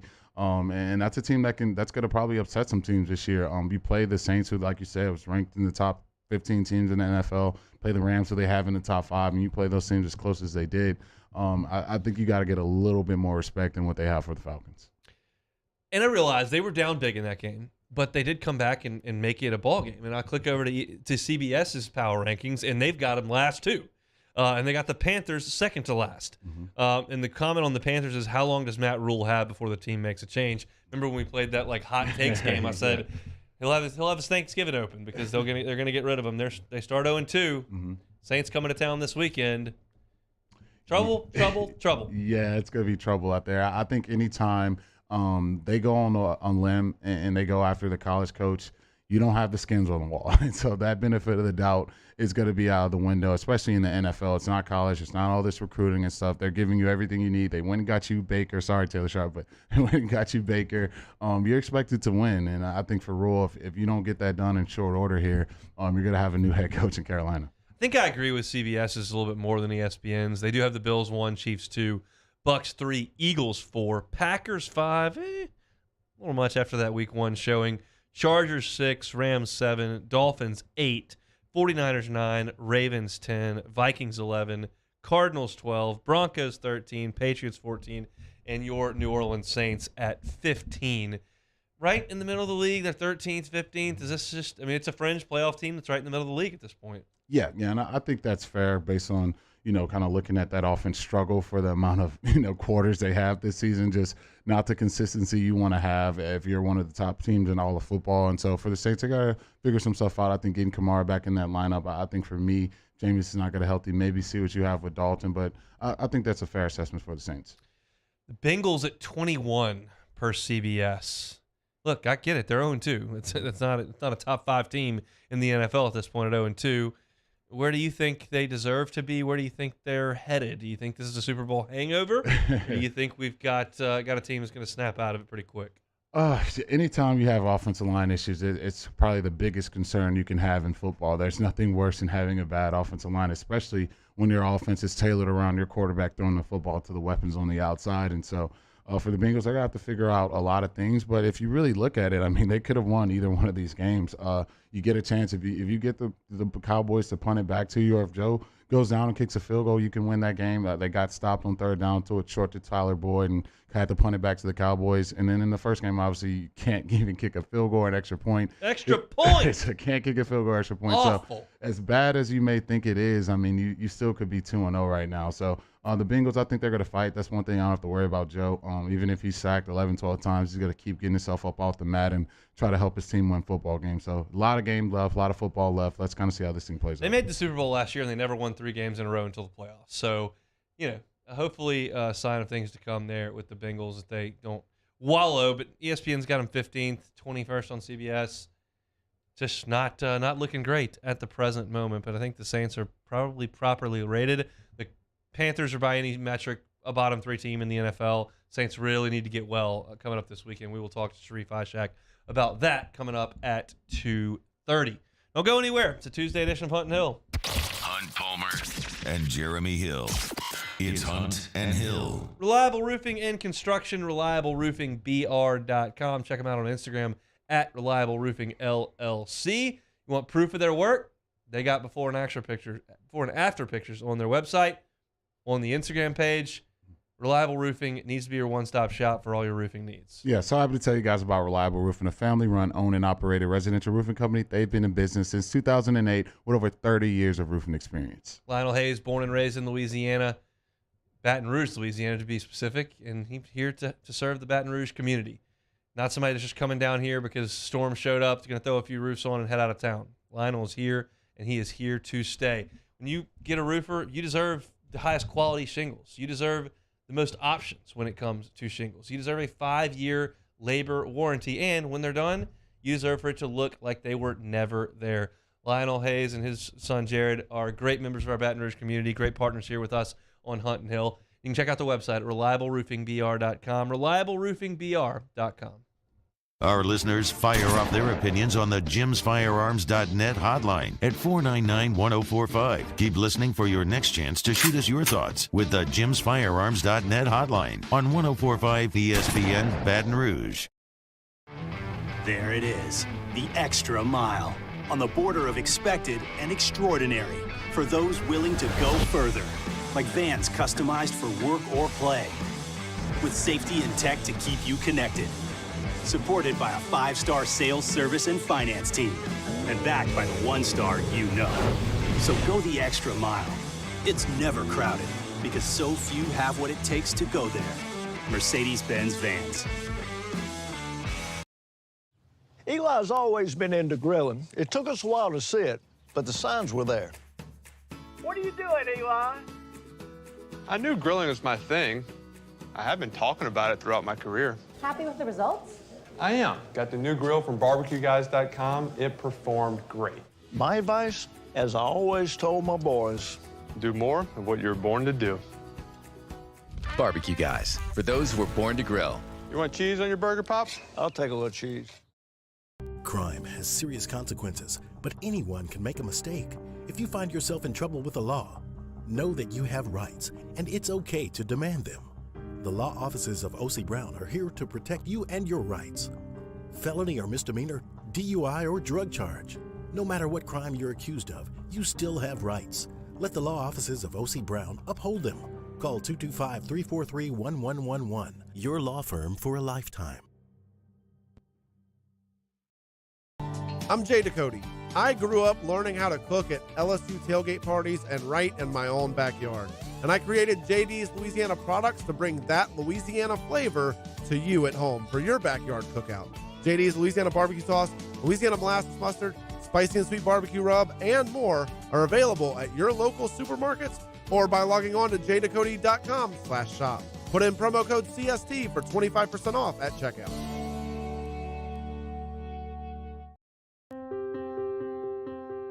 This isn't just another day. It's so much more. Kelly's life was put on hold when her auctioneer primary care doctor discovered a rare blood disorder. Her doctor connected her to an auctioneer care team of cancer, heart, and kidney specialists. With multiple primary care locations around Baton Rouge, same-day appointments, and online scheduling, we're relentless about keeping you healthy. Auctioneer Baton Rouge, innovating healthcare for Kelly. I've been doing business with Luba for 25 years. They're dependable, trustworthy. It's just the attention to detail with our clients. Our folks have years and years of experience. They're highly trained professionals, but many companies have that asset. What I'd like to think makes Luba a bit different is that we use those talents in a way that truly is dedicated to serving the needs. Join us for the next edition of Hanny Time. We'll have the SEC teleconference with Brian Kelly. Scott Rabelais reacts to that. And the return of first class, second class, no class.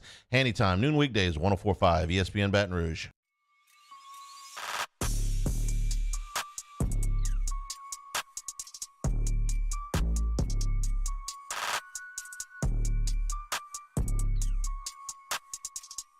Hunt and Hill, 104.5 ESPN Baton Rouge. Sharif Ishak with us in 15 minutes talking Saints. There was an announcement made today. I don't know if the announcement was made. It showed up on Twitter that once Oklahoma makes its move to the SEC, Oklahoma and Oklahoma State will no longer play Bedlam to end the season. Because the conference is split doesn't mean you have to stop playing. Florida and Florida State still play. Kentucky and Louisville still play. Iowa and Iowa State play, and they don't play at the end of the year. It can be done, but they've decided not to do it. And we don't know what the future of college football holds in terms of, trying to play for a championship and if the playoff expand. We'll see. But I've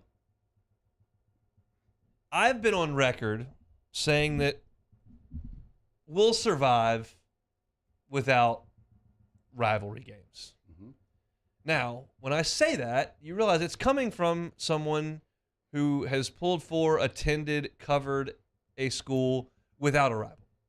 So my perspective is a little bit different. I think that Alabama and Auburn is the greatest rivalry in all of sports, because if you're a Yankees fan, you don't work with a lot of Red Sox fans more often than not. Mm-hmm. Your twin brother probably doesn't pull for the Red Sox. Your in-laws probably don't pull for the Red Sox. Vice versa. You live in Boston, probably not hanging out with a ton of Yankees fans all the time. You're in the state of Alabama, that's all you got. I personally know someone who is a diehard Alabama fan whose twin brother is a diehard Auburn fan. I watched the Iron Bowl in 2010 with them, both of them. It's in your families, it's in your work life, it's in your friends, it's in your relationship. It is, and it crosses over so much. And that's what we're talking about here with Oklahoma and Oklahoma State as well. Texas and Texas A&M went away, and everybody just kind of shrugged and went, whatever. Oklahoma and Nebraska, before they played, last couple weeks ago, or last weekend, that was one of the greatest rivalries. They don't play anymore. So I'm a little bit torn on it, and it's one of those where I don't have this significant hot take, but there is a regional component to college sports that is different than the pro sports, and to have that ripped away at its core, it does suck. I mean, it does. Yeah, and you got to think of some of these matchups they've been playing for 50, 60, 70 years. Yeah, so it's like you've seen this. Some people's entire lives, that's all they know. Every fall they roll around. You get the pageantry, you get the hype, you get the crap talking between these fan bases, and it's just what you know, and it's really a lifestyle. And so for a lot of people, they're going to have to sacrifice that, and it's really tough to swallow. But I think as time goes on, people will kind of move on to the different matchups. We've kind of seen the turnover. We got USC in the Big Ten. It's getting crazy what we're going to see in the next 10 years in college football. And so I think people will adjust with the times. But, yeah, I could see if people are really, really upset with this. because, you put so much effort and energy into going to these games and following these teams and following your programs. And then now the big one at the end of the year, you're not going to have that anymore. So I can see why a lot of people could be upset with that. I don't believe at all that LSU replaced Texas for Texas A&M. I read those stupid message boards enough to know they're still obsessed with everything that goes on in Austin. Everyone in Austin is obsessed with everything that goes on in College Station, and it's not necessarily the same with Baton Rouge. But LSU and Texas A&M has become a really nice rivalry at the end of the season. We'll see what happens when they re-release the schedules and chop things up and have pods or divisions or whatever you want to call it. But just because one long-standing traditional rivalry goes away doesn't mean that you can't have really interesting games that become intense rivalries. Again, LSU can't replace Texas, but what Texas A&M did to come into the SEC and to have these games they've had against Alabama where game day shows up and to have season-ending games against LSU is still a really good thing for college football. So should Texas and Texas A&M play? Yeah. But does the world come to a stop when they don't? No. And we have these, I can hear myself, we do these personality tests here at Guarantee, and you see what, and one of my personality traits of this number that I have on this Enneagram scale is that I probably too often see both sides of the coin. Most talk radio people get on the microphone, they have their side, their opinion, they're right, you're wrong, here's why. And that is generally how talk radio is done. I'm not programmed like that, so I like to try to analyze every side I can find to it. I think it's a bad thing, specifically for Oklahoma State, to have that game go away. But I think Oklahoma is going to be just fine playing Texas and A&M and Arkansas and OSU and Alabama and Florida and Georgia and Tennessee. Like, I think life kind of goes on, but I understand it's a big deal inside that state. Oklahoma will move on, and Oklahoma State probably just kind of gets left behind. Yeah, I think that's just the dynamic of college football. And it's not like if they take away these rivalries, their attendance is going to drop down to 2,000 people showing up to the stadium. I can pretty much bank that those places are going to still be packed out. They're going to continue on. And I remember the whole LSU-Arkansas thing. You're playing on Friday. Everyone's so upset. Oh, why would you change this? We're fine. I just went in Tiger Stadium and people are still showing up. It's not like it's not the end of the world. Things move on. You go on to the next thing, and you kind of just keep it going that way. And for me, like, again, coming from the LSU perspective, if they took Florida off our schedule every year, I personally would go, good. I don't really want to play them every year because that's a really hard game. And Alabama's beaten Tennessee 15 years in a row. That's how I approach that. LSU and Florida not playing anymore is not the same as Texas A&M and Texas not playing and Oklahoma State and Oklahoma not playing. That, to steal a line, and not to, that does mean more. Mm-hmm. Inside your state, across the family room table, it is different. And I do recognize that.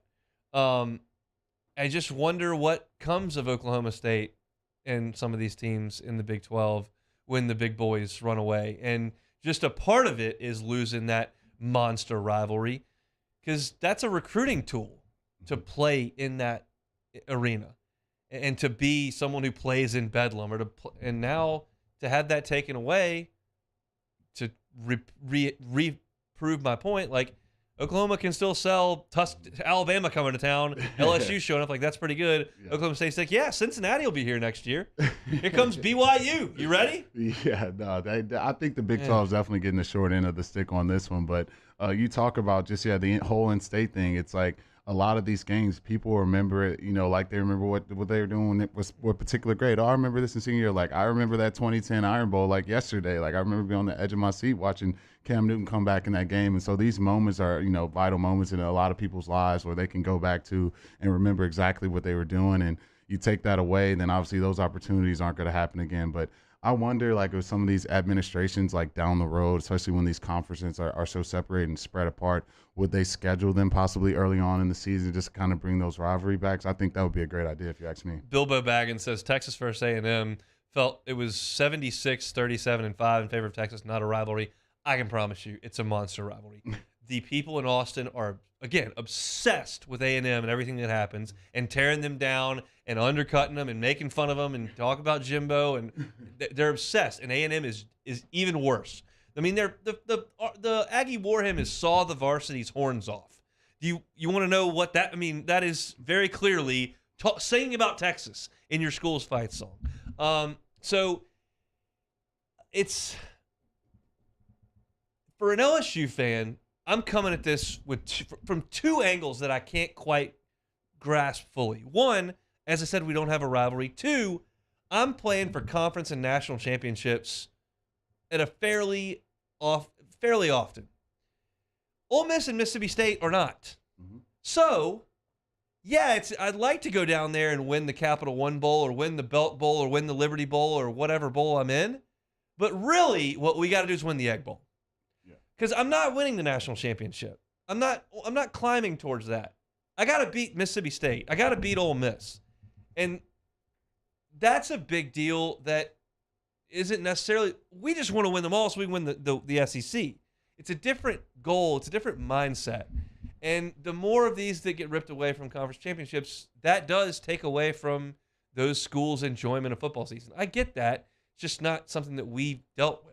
No, only Power 5 school in the state, so it's something that we haven't dealt with. And I think for us, it's kind of hard to kind of gripe against the fans who kind of want to continue that and want to have those rivalries. Unfortunately, they don't have any say-so. The conferences are going to do what they want to do. I think we're still not done. You're still going to see, a lot of rivalries we're used to seeing kind of not be around anymore. And that's something that fans are going to have to just deal with. It's unfortunate for a lot of people that were looking forward to Bedlam. I mean, I was looking forward to it last year. I'm trying to see my boy Stinking Lincoln out there, man. They're playing Colin Baton Rouge and everything. So that's probably the only time I cared about Bedlam. But yeah, you don't get to see that anymore. I forgot about that. Oh man, I was in the press box at Tiger Stadium. I'm pulling for Oklahoma State to win so that Oklahoma's out and that Lincoln's coming to Baton Rouge. Oh my God, they're crushing them. Let's go. And then you see they're playing Colin Baton Rouge. That is a thing of beauty. And then it turns out he was going to L.A. all along. Billo says that's not a rivalry. That's called living rent-free in your head. I agree with that. Part of a rivalry is living rent-free in each other's heads or allowing the other team to live in your head. What do you think's wrong with me and Texas A&M? I go nuts over this. Yeah. It's because there's a dislike there and there's passion involved. Right. And you don't have to split them 50-50 right down the middle like Duke and Carolina have done for 50 years of basketball. Mm-hmm. One can get the better of the other more often than not. It's still a rivalry. Yeah, no, and look at what Alabama's win total is since Saban took over there. Every time I'm in that crappy stadium before, I hear that stupid Dixieland Delight, and guess what 3 letters I hear every single time? One word, then LSU after. They just put it like this. They have LSU in their little Dixieland Delight. And sure, a lot of you would say, oh, well, Bama's our rivalry. I'm sure, they dominate us. They still say LSU in every single home game. So, yeah, I think I got to agree with you on this one, Hunt. I'm reading the Bayou 4 chat. There's some funny stuff in there. All right, that's going to do it for that little rivalry segment. Sharif Ishaq talking Saints. When we come back, it's a Tuesday edition of Hunt and Hill. 104.5 ESPN Baton Rouge with Hunt and Hill. LWCC is Louisiana Loyal, elevating and celebrating champions of Louisiana. All September long, we are telling you about the good folks over at Metamore. Yep, Metamore, an institute dedicated to the study and treatment of metabolic disease and obesity, has been celebrated by LWCC as a champion of Louisiana. Located in Baton Rouge on the campus of Pennington Biomedical, Metamore is a one-of-a-kind facility, joining science, clinical research, and a variety of treatment modalities under a single roof to create a world-class institute. We know obesity is a significant issue here in the state of Louisiana, and Metamore is doing its best to fight back. In fact, 6,200 patients were treated by Metamore in 2021, and they helped drastically improve health outcomes, reduce the financial burden of living with the metabolic disease. And this started as a Louisiana thing. It is now a global thing. And Metamore is doing such awesome work here in Baton Rouge, making our state better, making our world better, making our state proud. LWCC celebrates those champions of Louisiana. If you know a champion of Louisiana, www.lwcc.com/Louisiana Loyal. Nominate someone to be a champion of Louisiana so that we can tell their story like we have Metamore's all month long. LWCC is Louisiana Loyal. In times of need, get a full list of phone numbers, websites, and other important emergency information on the Demco Stormwatch page at 1045ESPN.com. This summer, meet Acura's heroes of performance.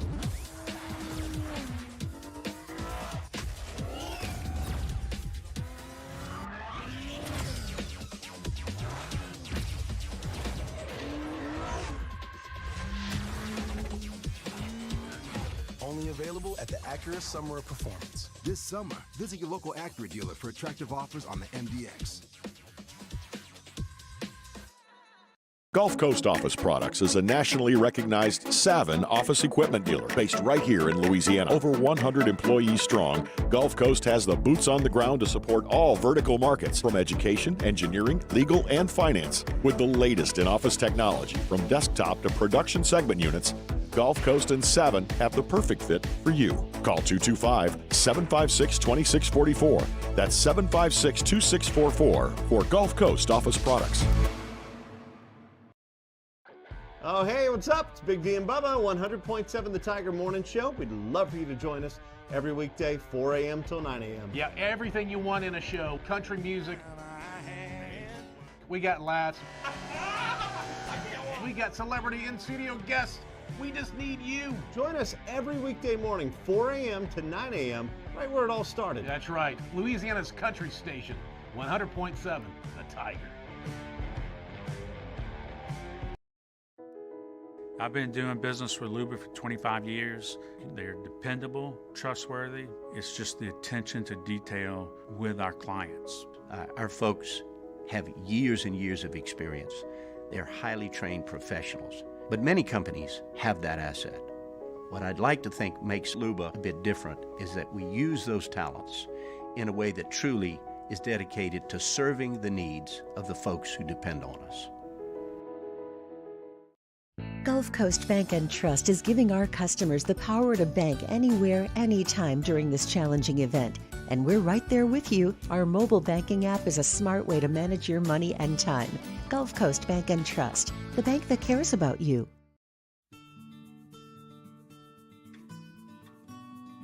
This is a house call. This is a follow-up appointment. This is a diabetes checkup. This isn't just more convenient care, it's more advanced care. This is innovating healthcare at Louisiana's #1 hospital, Ochsner.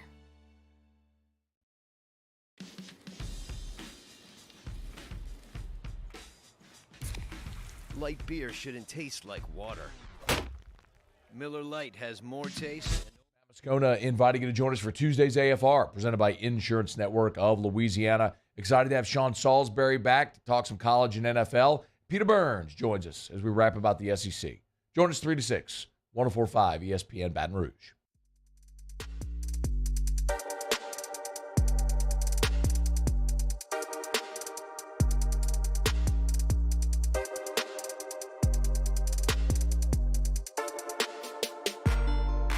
This is Hunt and Hill on 104.5 ESPN Baton Rouge. Tough one in the Dome on Sunday. Saints struggle offensively, give up a late touchdown, then some turnovers, and it got out of hand. Saints fall to 1-1 on the season. Sharif Ishaq was there, joins us now. Sharif, how are you, sir? Well, how are you guys? Doing well. Saints not so great on Sunday. Your thoughts on the offensive performance? Well, outside of the first drive, it stunk. It Yep. was not great. I mean, you watch it just like I did. It was out of sync once again, just like the Falcons game outside of the fourth quarter. And the Falcons game, it's been bad. I mean, it truly has been. They're out of sync 7 out of the 8 quarters. And look, Jameis, I understand that he has the arm strength. He has the player in Chris Olave to go deep. He took 6 shots with Olave deep, and there are a couple of them I was okay with that he should have thrown, but he just missed the throws. The route was there, the throw wasn't there. And if he connects on those, it's a different ball game. He finally connected on one late in the game, and then Olave hits the turf and fumbles. That's just the type of day it was. But for Jameis in general, man, I just think on a lot of the interceptions and some of the other passes, he forced it. He really was forcing it. I think there were predetermined reads. He should have checked down to whether it was the running back or whether if it's Michael Thomas who was open in the middle of the field or even Jarvis Landry. I think he just reverted back to his old ways, and that's unfortunate. That's not the type of Jameis Winston we saw last year in the 7 games he played. And I think that they got away from the run, too. And there's a few series they were running the ball well the first drive, and then the drive where Mark Ingram fumbled the ball. I think they got to go back to that. If you could run against their defense, you can run against anyone. They just have to find a way to keep it consistent and, use the run game to set up the pass game, but it has to be a smarter passing game. Are you concerned about the offensive line? Not at all. I thought the offensive line, even Dennis Allen said it, outside of two sacks, they played fairly well. So that tells you of the, 6 sacks, 4 of them are pretty much on Jameis. 2 of them are on the offensive line. They played much better than they did in week 1. I'll say that for sure. But, most of it was on Jameis Winston. The whole game was on Jameis Winston. It was just probably the worst game he's probably had in a very long time, whether it's in pressures, sacks, hits, or interceptions. It couldn't have gone any worse. On top of that, now he's, playing with the back issue. Looking at Jameis this season, he looks a lot different than he did last year. Obviously, they were running the ball a lot more, and obviously you hear about all the injury issues, especially with the back. If you're the Saints, would you entertain the idea of putting Andy Dalton in there until Jameis gets fully healthy? No, because I think it's something that's not going to get better unless you give him a lot of rest. And I'll tell you, from watching a lot of Andy Dalton this training camp, it's a fall off. It's a tremendous fall off. I know a lot of people are like, well, give Andy a shot. You're going to be saying the same thing after one game with Andy Dalton. Let's go back to Jameis Winston. He's very limited in terms of his mobility. I just don't think he has the arm strength that, Jameis has. So if it goes bad, let's say in Carolina and in Minnesota, when they come back from the London trip, you probably entertain it. But you got to give Jameis at least a couple more chances to get it right, even though as bad as that was. You were going against one of the best defenses in the NFL. However, he could have avoided a lot of the issues in that game had he just not, just became very one-dimensional, started looking at one receiver. Sharif Ishak, WDSU, is our guest, talking Saints every single Tuesday at 2:30. The defense, hard to find too much fault with those guys. Your thoughts, big picture, on how they played on Sunday? Yeah, I mean, they held Tom Brady to 13 points. If I told you that they were going to hold Tom Brady to fewer yards and points than Marcus Mariota, you probably would have said the Saints would have won easily. I mean, to hold him to that offense to 13 points, you should have won. The defense did everything possible. They went into the fourth quarter with a tied game. I mean, they only had 1 sack, and it was essentially a coverage sack. That's where my issue is with the defense right now. Through 2 games, you only have 1 coverage sack and not many pressures, and that's concerning to me. And I understand the whole Tom Brady has 23 years of tape. You can't really blitz him because then he gets rid of the ball quicker than any quarterback in NFL history. But it was just surprising to me in the previous regular season games against him, they were able to get pressure with just 4. It was mind-boggling that they were not able to get to him at all and affect him whatsoever. And he just, luckily Tom just missed on a lot of the throws. And the secondary was playing a pretty good defense for the most part. They had some pretty good coverage even with the time given, but they did everything they could to help the offense win the game, but the offense failed the defense. 2-part question for you here. What do you think of the whole Mike Evans situation? And the second part of that, what do you think would happen if Mike Evans, let's say, showed up to Mardi Gras in the city of New Orleans next year? Well, the Mike Evans thing, since it's his second offense, I think it should have been at least 3 games. And that's not because I'm from here and I cover the Saints. That's a foolish thing to do. You're blindsiding somebody. You could hurt them. Imagine if it had been the tables turn and Michael Thomas does that to Carlton Davis. The league would have a fit. Tom Brady would probably get Thomas suspended for 3 games. It's just even if you read the entire transcript on why he was suspended, it says there you could have injured the player pretty much. And him doing that for the second time, that should have been 3 games. That's uncalled for. I mean, look, the stuff with Fournette and Lattimore, the jawing and the pushing, dude, that's fine. That happens. That happens in football all the time. I'm glad neither, were suspended. You shouldn't get suspended for that. As for being here at Mardi Gras, I think he'd, have an open invitation. They'd love to have him here. They'd give him drinks, pelt him with beads. I think they would love to have him here. I mean, how much of that was because they were trash talking Brady, and how much of that is because he's just in a bad mood because he can't get open against the Saints? Combination of both. I think he was using the Tom Brady thing as an excuse. I'm defending my quarterback. It's Tom Brady. What you want me to do? Come on. You were going towards the sideline, and you ran back off the sideline as soon as you realized who was involved. Now, maybe if it was Bradley Roby, he probably wouldn't have done it. They probably would have separated with hand. Nobody would have gotten flagged. But as soon as he saw Marshawn Lattimore and Bruce Arians said something, who's also an instigator in this whole thing, and probably should be banned from the sideline, saying that they didn't have a suite. They definitely had a suite for the entire Buccaneers organization. So that's another problem on their hand. But, yeah, it's mostly to do because it was 23. And he was frustrated that 23 has locked him up his entire career. So it gave him an excuse to run back out there. All right, Saints headed up to Carolina for a noon kick against the Panthers. Look, like you said, 7 not-so-great quarters and 1 good one. How do they get it on track this weekend against what's not a very good team? Well, it starts with getting Alvin Kamara back. It looks like he's getting a little bit better. He might have been kind of close to playing Sunday against the Bucs, but first injury report tomorrow is going to be interesting to see if he's even limited. If he's limited to start the week, that's going to be a good. That's going to be a good way to get the offense going. But Jameis has to just stop overthinking. It feels like he's reverting back to his old ways while at the same time thinking, I can't make mistakes. Go back to take what they give you. And you have Michael Thomas, you have Jarvis Landry, you have very good weapons.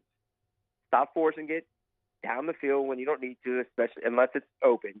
Get it to your main guys. You have a healthy Thomas finally back on your team after 2 years. Use him. He knows how to get open. That's how it starts. Use what you have and take what they give you. That's exactly how you get this offense back into rhythm and you get some confidence. As simple as that. The defense, just get to Baker. You blitz Baker, it's not like blitzing Tom Brady. You're going to frazzle him. He's going to throw some bad passes. He came into the NFL, leading the NFL with most interceptions in the previous 5 seasons for a reason. You've got to get to Baker Mayfield. For this offense, and you think Jameis Winston looking forward, if you had to put a nail on it, what version of Jameis Winston do you think is going to end this season with? Kind of the guy we saw last year that kind of took care of the football, or kind of the guy we saw in this Bucs game last Sunday? I think we're going to see a combination of what we saw last year and half of what we saw Sunday. So I just think whenever we came into this season, I said, hey, if Jameis Winston can throw 27, 28 touchdowns and 13, 14, 15 interceptions, what about 3,500 yards? They'll be fine. That's exactly what they need. I think that, I believe he's just still trying to get into rhythm and into sync with some of these players on offense. While at the same time, he's trying to force it. He's trying to do too much because he knows he has all these pieces and he wants to show everyone he can throw it to all the guys and throw it down the field. I think he just needs to take a deep breath and relax and just take what's given to him. And then it's going to look just like it did last year with a little extra. That's all he needs to do. And simple as that. Don't overthink it. Thanks, Sharif. We'll do it again next week. Absolutely. Sharif Ishak, WDSU on the Black and Gold. We chat with Sharif every single Tuesday at 2:30. Speaking of every Tuesday, Plucker Sports Trivia, Nicholson location, 8:30 tonight. We're watching some baseball and doing some sports trivia. 5 rounds, live action trivia. First place every round, 15 Pluckers dollars. Second place, 5 rounds. You can win some Pluckers cash. Get some cold drinks, something good to eat, and we'll have some fun as we do each and every Tuesday over there at Pluckers, the Nicholson location at 8:30. We'll come back. Shut it down. It's Hunt and Hill. This is Hunt and Hill on 104.5 ESPN Baton Rouge. This week on DropBiscuit.com or wherever you listen to podcasts is our new series, Pops, the Louis Armstrong story. Pops is brought to you by New Orleans & Company. Check out NewOrleans.com and come visit New Orleans. When I was a boy, I spent my days climbing trees, catching fish. Barefoot in the river I walked, listening to crickets, counting stars. This was home. After my stroke, I wondered if I'd make it back to the people and places I love. But I got the right doctors with Blue Cross coverage. Your card matters. Your home does too.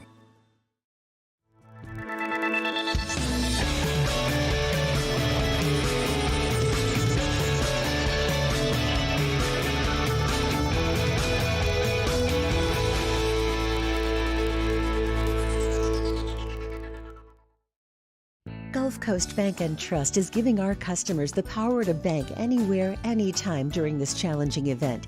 And we're right there with you. Our mobile banking app is a smart way to manage your money and time. Gulf Coast Bank and Trust, the bank that cares about you.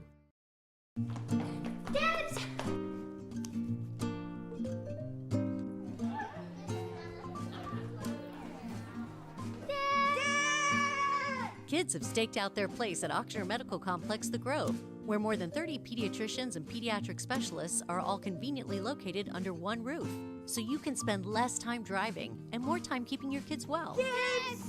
It's no wonder kids call dibs at The Grove. Ochsner Health Center for Children. ServiceMaster Elite create clean, disinfected work environments. As a local business, we take pride in serving the New Orleans and Baton Rouge areas.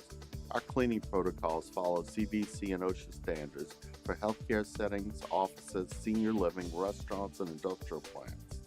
Contact ServiceMaster Elite to get your operation ready for reopening with germ disinfection cleaning. ServiceMaster Elite, the trusted choice in professional cleaning since 1996. It's no secret, the best oysters in Baton Rouge are at Jolie Pearl Oyster Bar. Enjoy mouth-watering South Louisiana flavor and oysters from all over the country. And don't forget our nightly drink specials.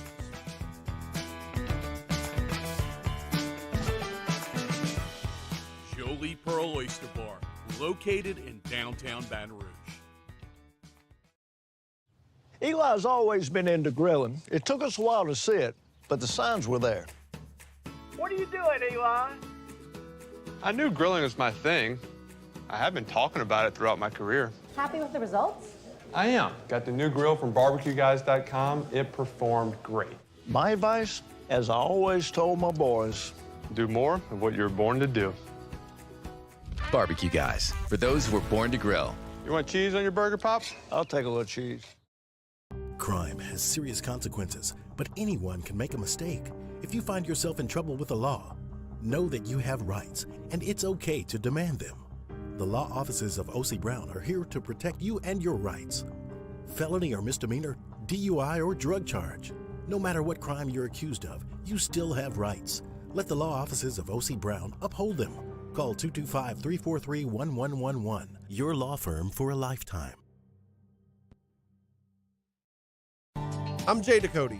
I grew up learning how to cook at LSU tailgate parties and right in my own backyard.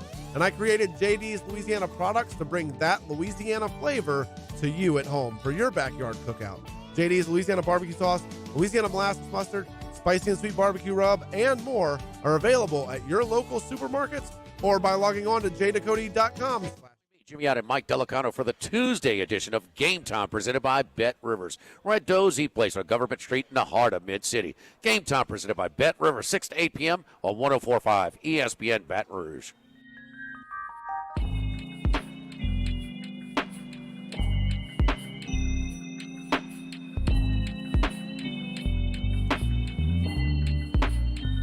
Hunt and Hill, 104.5 ESPN Baton Rouge.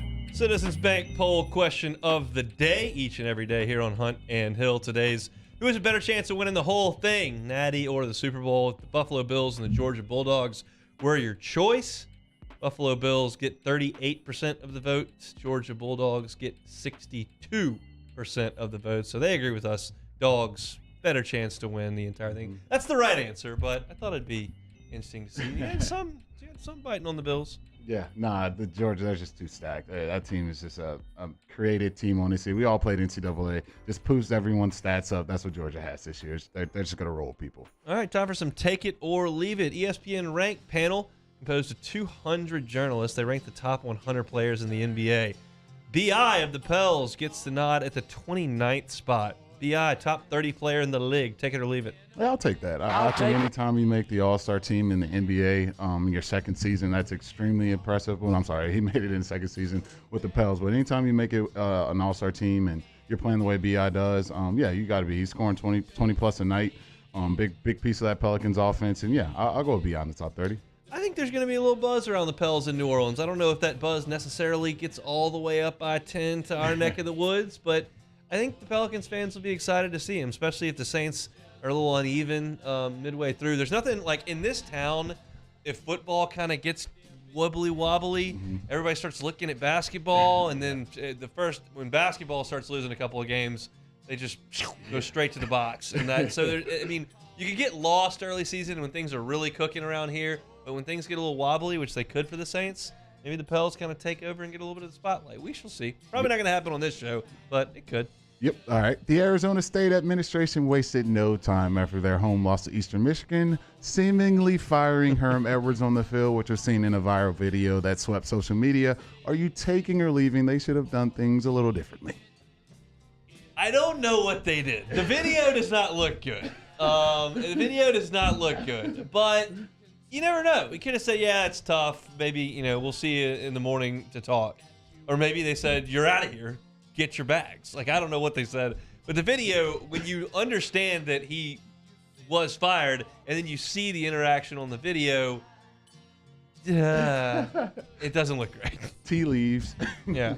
Definitely tea leaves. All righty here. All right, Scott Draper, who has run the ACC for the last 8 years, is now finalizing a deal with the Big 12 as the new vice president in charge of football. Are you taking or leaving? They have no shot to compete with the SEC or Big 10 for the foreseeable future. I'll take that. I'll take it. Look, the Big 12's in big trouble. I mean, I just made fun of him in that last segment before we got Sharif saying, like, how are you if you're an Oklahoma fan? And you're like, well, we're losing Oklahoma State, but we got Alabama, LSU, Texas A&M coming in. And then if you're an Oklahoma State fan, you got to flip it and go, yeah, but we still got TCU and Cincinnati's coming in, and here comes BYU. Like, it just doesn't happen. And that's why when everyone's like talking about Power 5 and automatic qualifiers, I immediately bristle. It's like, no, that's not an automatic qualifier. It's not. It's just not. So, yeah, I'm out on that for sure. After winning on a walk-off field goal on Sunday against the Bengals, the Cowboys, well, one Cowboy fan in particular, decided to take his horse to Walmart. Riding a horse into Walmart and going through the checkout line. Take it or leave it. Listen, I am scarred for life from my visit to College Station in 2012. Yeah. The horse manure smell was just the most overwhelming thing you could ever do at 9 in the morning. I just don't want to be smelling that at 9 a.m. It's just way too much. So I can imagine trying to go get my corn, trying to go get some grocery, and it's just horse manure everywhere. Like, no, we're not bringing the horse in Walmart. It's just a bad idea. Cowboys fans, they're so desperate for a victory. I guess, you got to do what you got to do. So what you going to do about that? You're not a Seinfeld guy, are you? No, I haven't watched much Seinfeld. So there's a line on Seinfeld where George Costanza's taking this girl out, and he's like trying to impress her with his conversation skills. You go, you know what word gets a bad rap? Manure. Look, it's two pieces. Ma, everybody loves their ma, and newer. Everybody loves newer. Ma, newer. It's not that bad a word. And the girl looks at him. It didn't work out. They ended up breaking up. So you're not buying that manure not that bad? No, it's bad. It's extremely bad. I was there that day. It was hot, steamy. I was talking about the weather, but that too. Yeah, it was bad. Yeah, no way. I'm out on the harsh one. All right, last one here. Eli Manning, he participated in a prank on the Penn State coaching staff where he showed up disguised as the immortal Chad Powers and tried out as a walk-on quarterback. Are you taking or leaving? There's no way you would recognize the 41-year-old walk-on quarterback. I'll leave it. It looked a little suspicious. I mean, he was looking pretty old. He had the long hair. They were trying. He ran the 40 in 5.5. And he's dropping back, making throws. It looked a little obvious, but the guys that were going through the walk-on trial, they didn't have time to see if it was Eli or not. They're trying to make the team. They had the weird facial thing he ripped off at the end. But yeah, it was a good prank. The Mannings are just everywhere. They're on the Manning cast. Eli's places on game day or whatever. It's just the Mannings are everywhere. I mean, yeah. I don't hate it. No, I love the Mannings, man. You got to get their sense of humor. Peyton and Eli, they're just great. Dad jokes. Yeah. Significant amount. Yeah, dad jokes a ton, picking on each other all the time. I just love watching those guys. A commercial where Eli's, I think it's at ESPN, they're walking down the hallway and he just bumps into Peyton and Peyton bumps into him. I just find them hilarious to me. In the Penn State deal, the coaching staff was asking Chad Powers, which is Eli, they're like, so what was the last team you played for? He goes, I didn't go to school. Homeschooled. And said, oh, well, how are your grades? Terrible. Mom was a tough teacher? She goes, no, she just wasn't very smart. It's like just making stuff up on a whim. Man. But he did not earn a spot on the Penn State roster for this coming year. But it was good video, so you can check it out on YouTube. All right, once again, sports trivia tonight, 8:30 at Pluckers. Very much looking forward to that. Tomorrow's show coming at you. We will have LSU's schedule will be released. The SEC schedule will be released tonight. Then you'll get the entire LSU football schedule. So we'll be reacting to that on tomorrow's show. J.D. Piquel of On3 Sports talking SEC and college football from a national perspective. Always enjoy that. And we got our power rankings. Surely you will not have A&M at number 13 again. They got a big win. I guess I have to bump. win. I got to bump them up a little bit. But I'm not gonna get too crazy with the bumping up. All right, we'll have to see. We'll have our power rankings on tomorrow's show as well as we're getting you towards another football weekend. Today's show we started talking about LSU's running game, and we broke it down from the offensive line, running back rotation, Jaden Daniels, how sustainable is all that? Jeremy and I looked into that at the top of the show. Looked at some preseason predictions and feelings, what we're doing pretty well on through 2 weeks and what we are not doing so well on in 2 weeks. Glenn West was with us at 1:30. To start the second hour, NFL Power Rankings, 1 through 32 from ESPN and CBS, what we agreed with and what we did not. Talk college football rivalries and those that are going away at 2:15, and Sharif Ishak was with us at 2:30. If you missed any of it, you can catch it on demand, 1045ESPN.com. Apple Podcasts, Spotify, YouTube. It is all there. Search Hunt and Hill. Like, subscribe, rate, review. All that helps us out a ton. We appreciate y'all for hanging out with us. Hey, Bayou Ford Chat. You can throw us a like on the way out if you would. We'd very much appreciate it. Jimmy Ott's Game Time is coming to you at 6 to 8 this evening. Matt Moscona going to drive you home next on After Further Review. Everybody have a great Tuesday. Hope to see you out at Pluckers tonight. Either way, we're back here same time tomorrow. It's Hunt and Hill.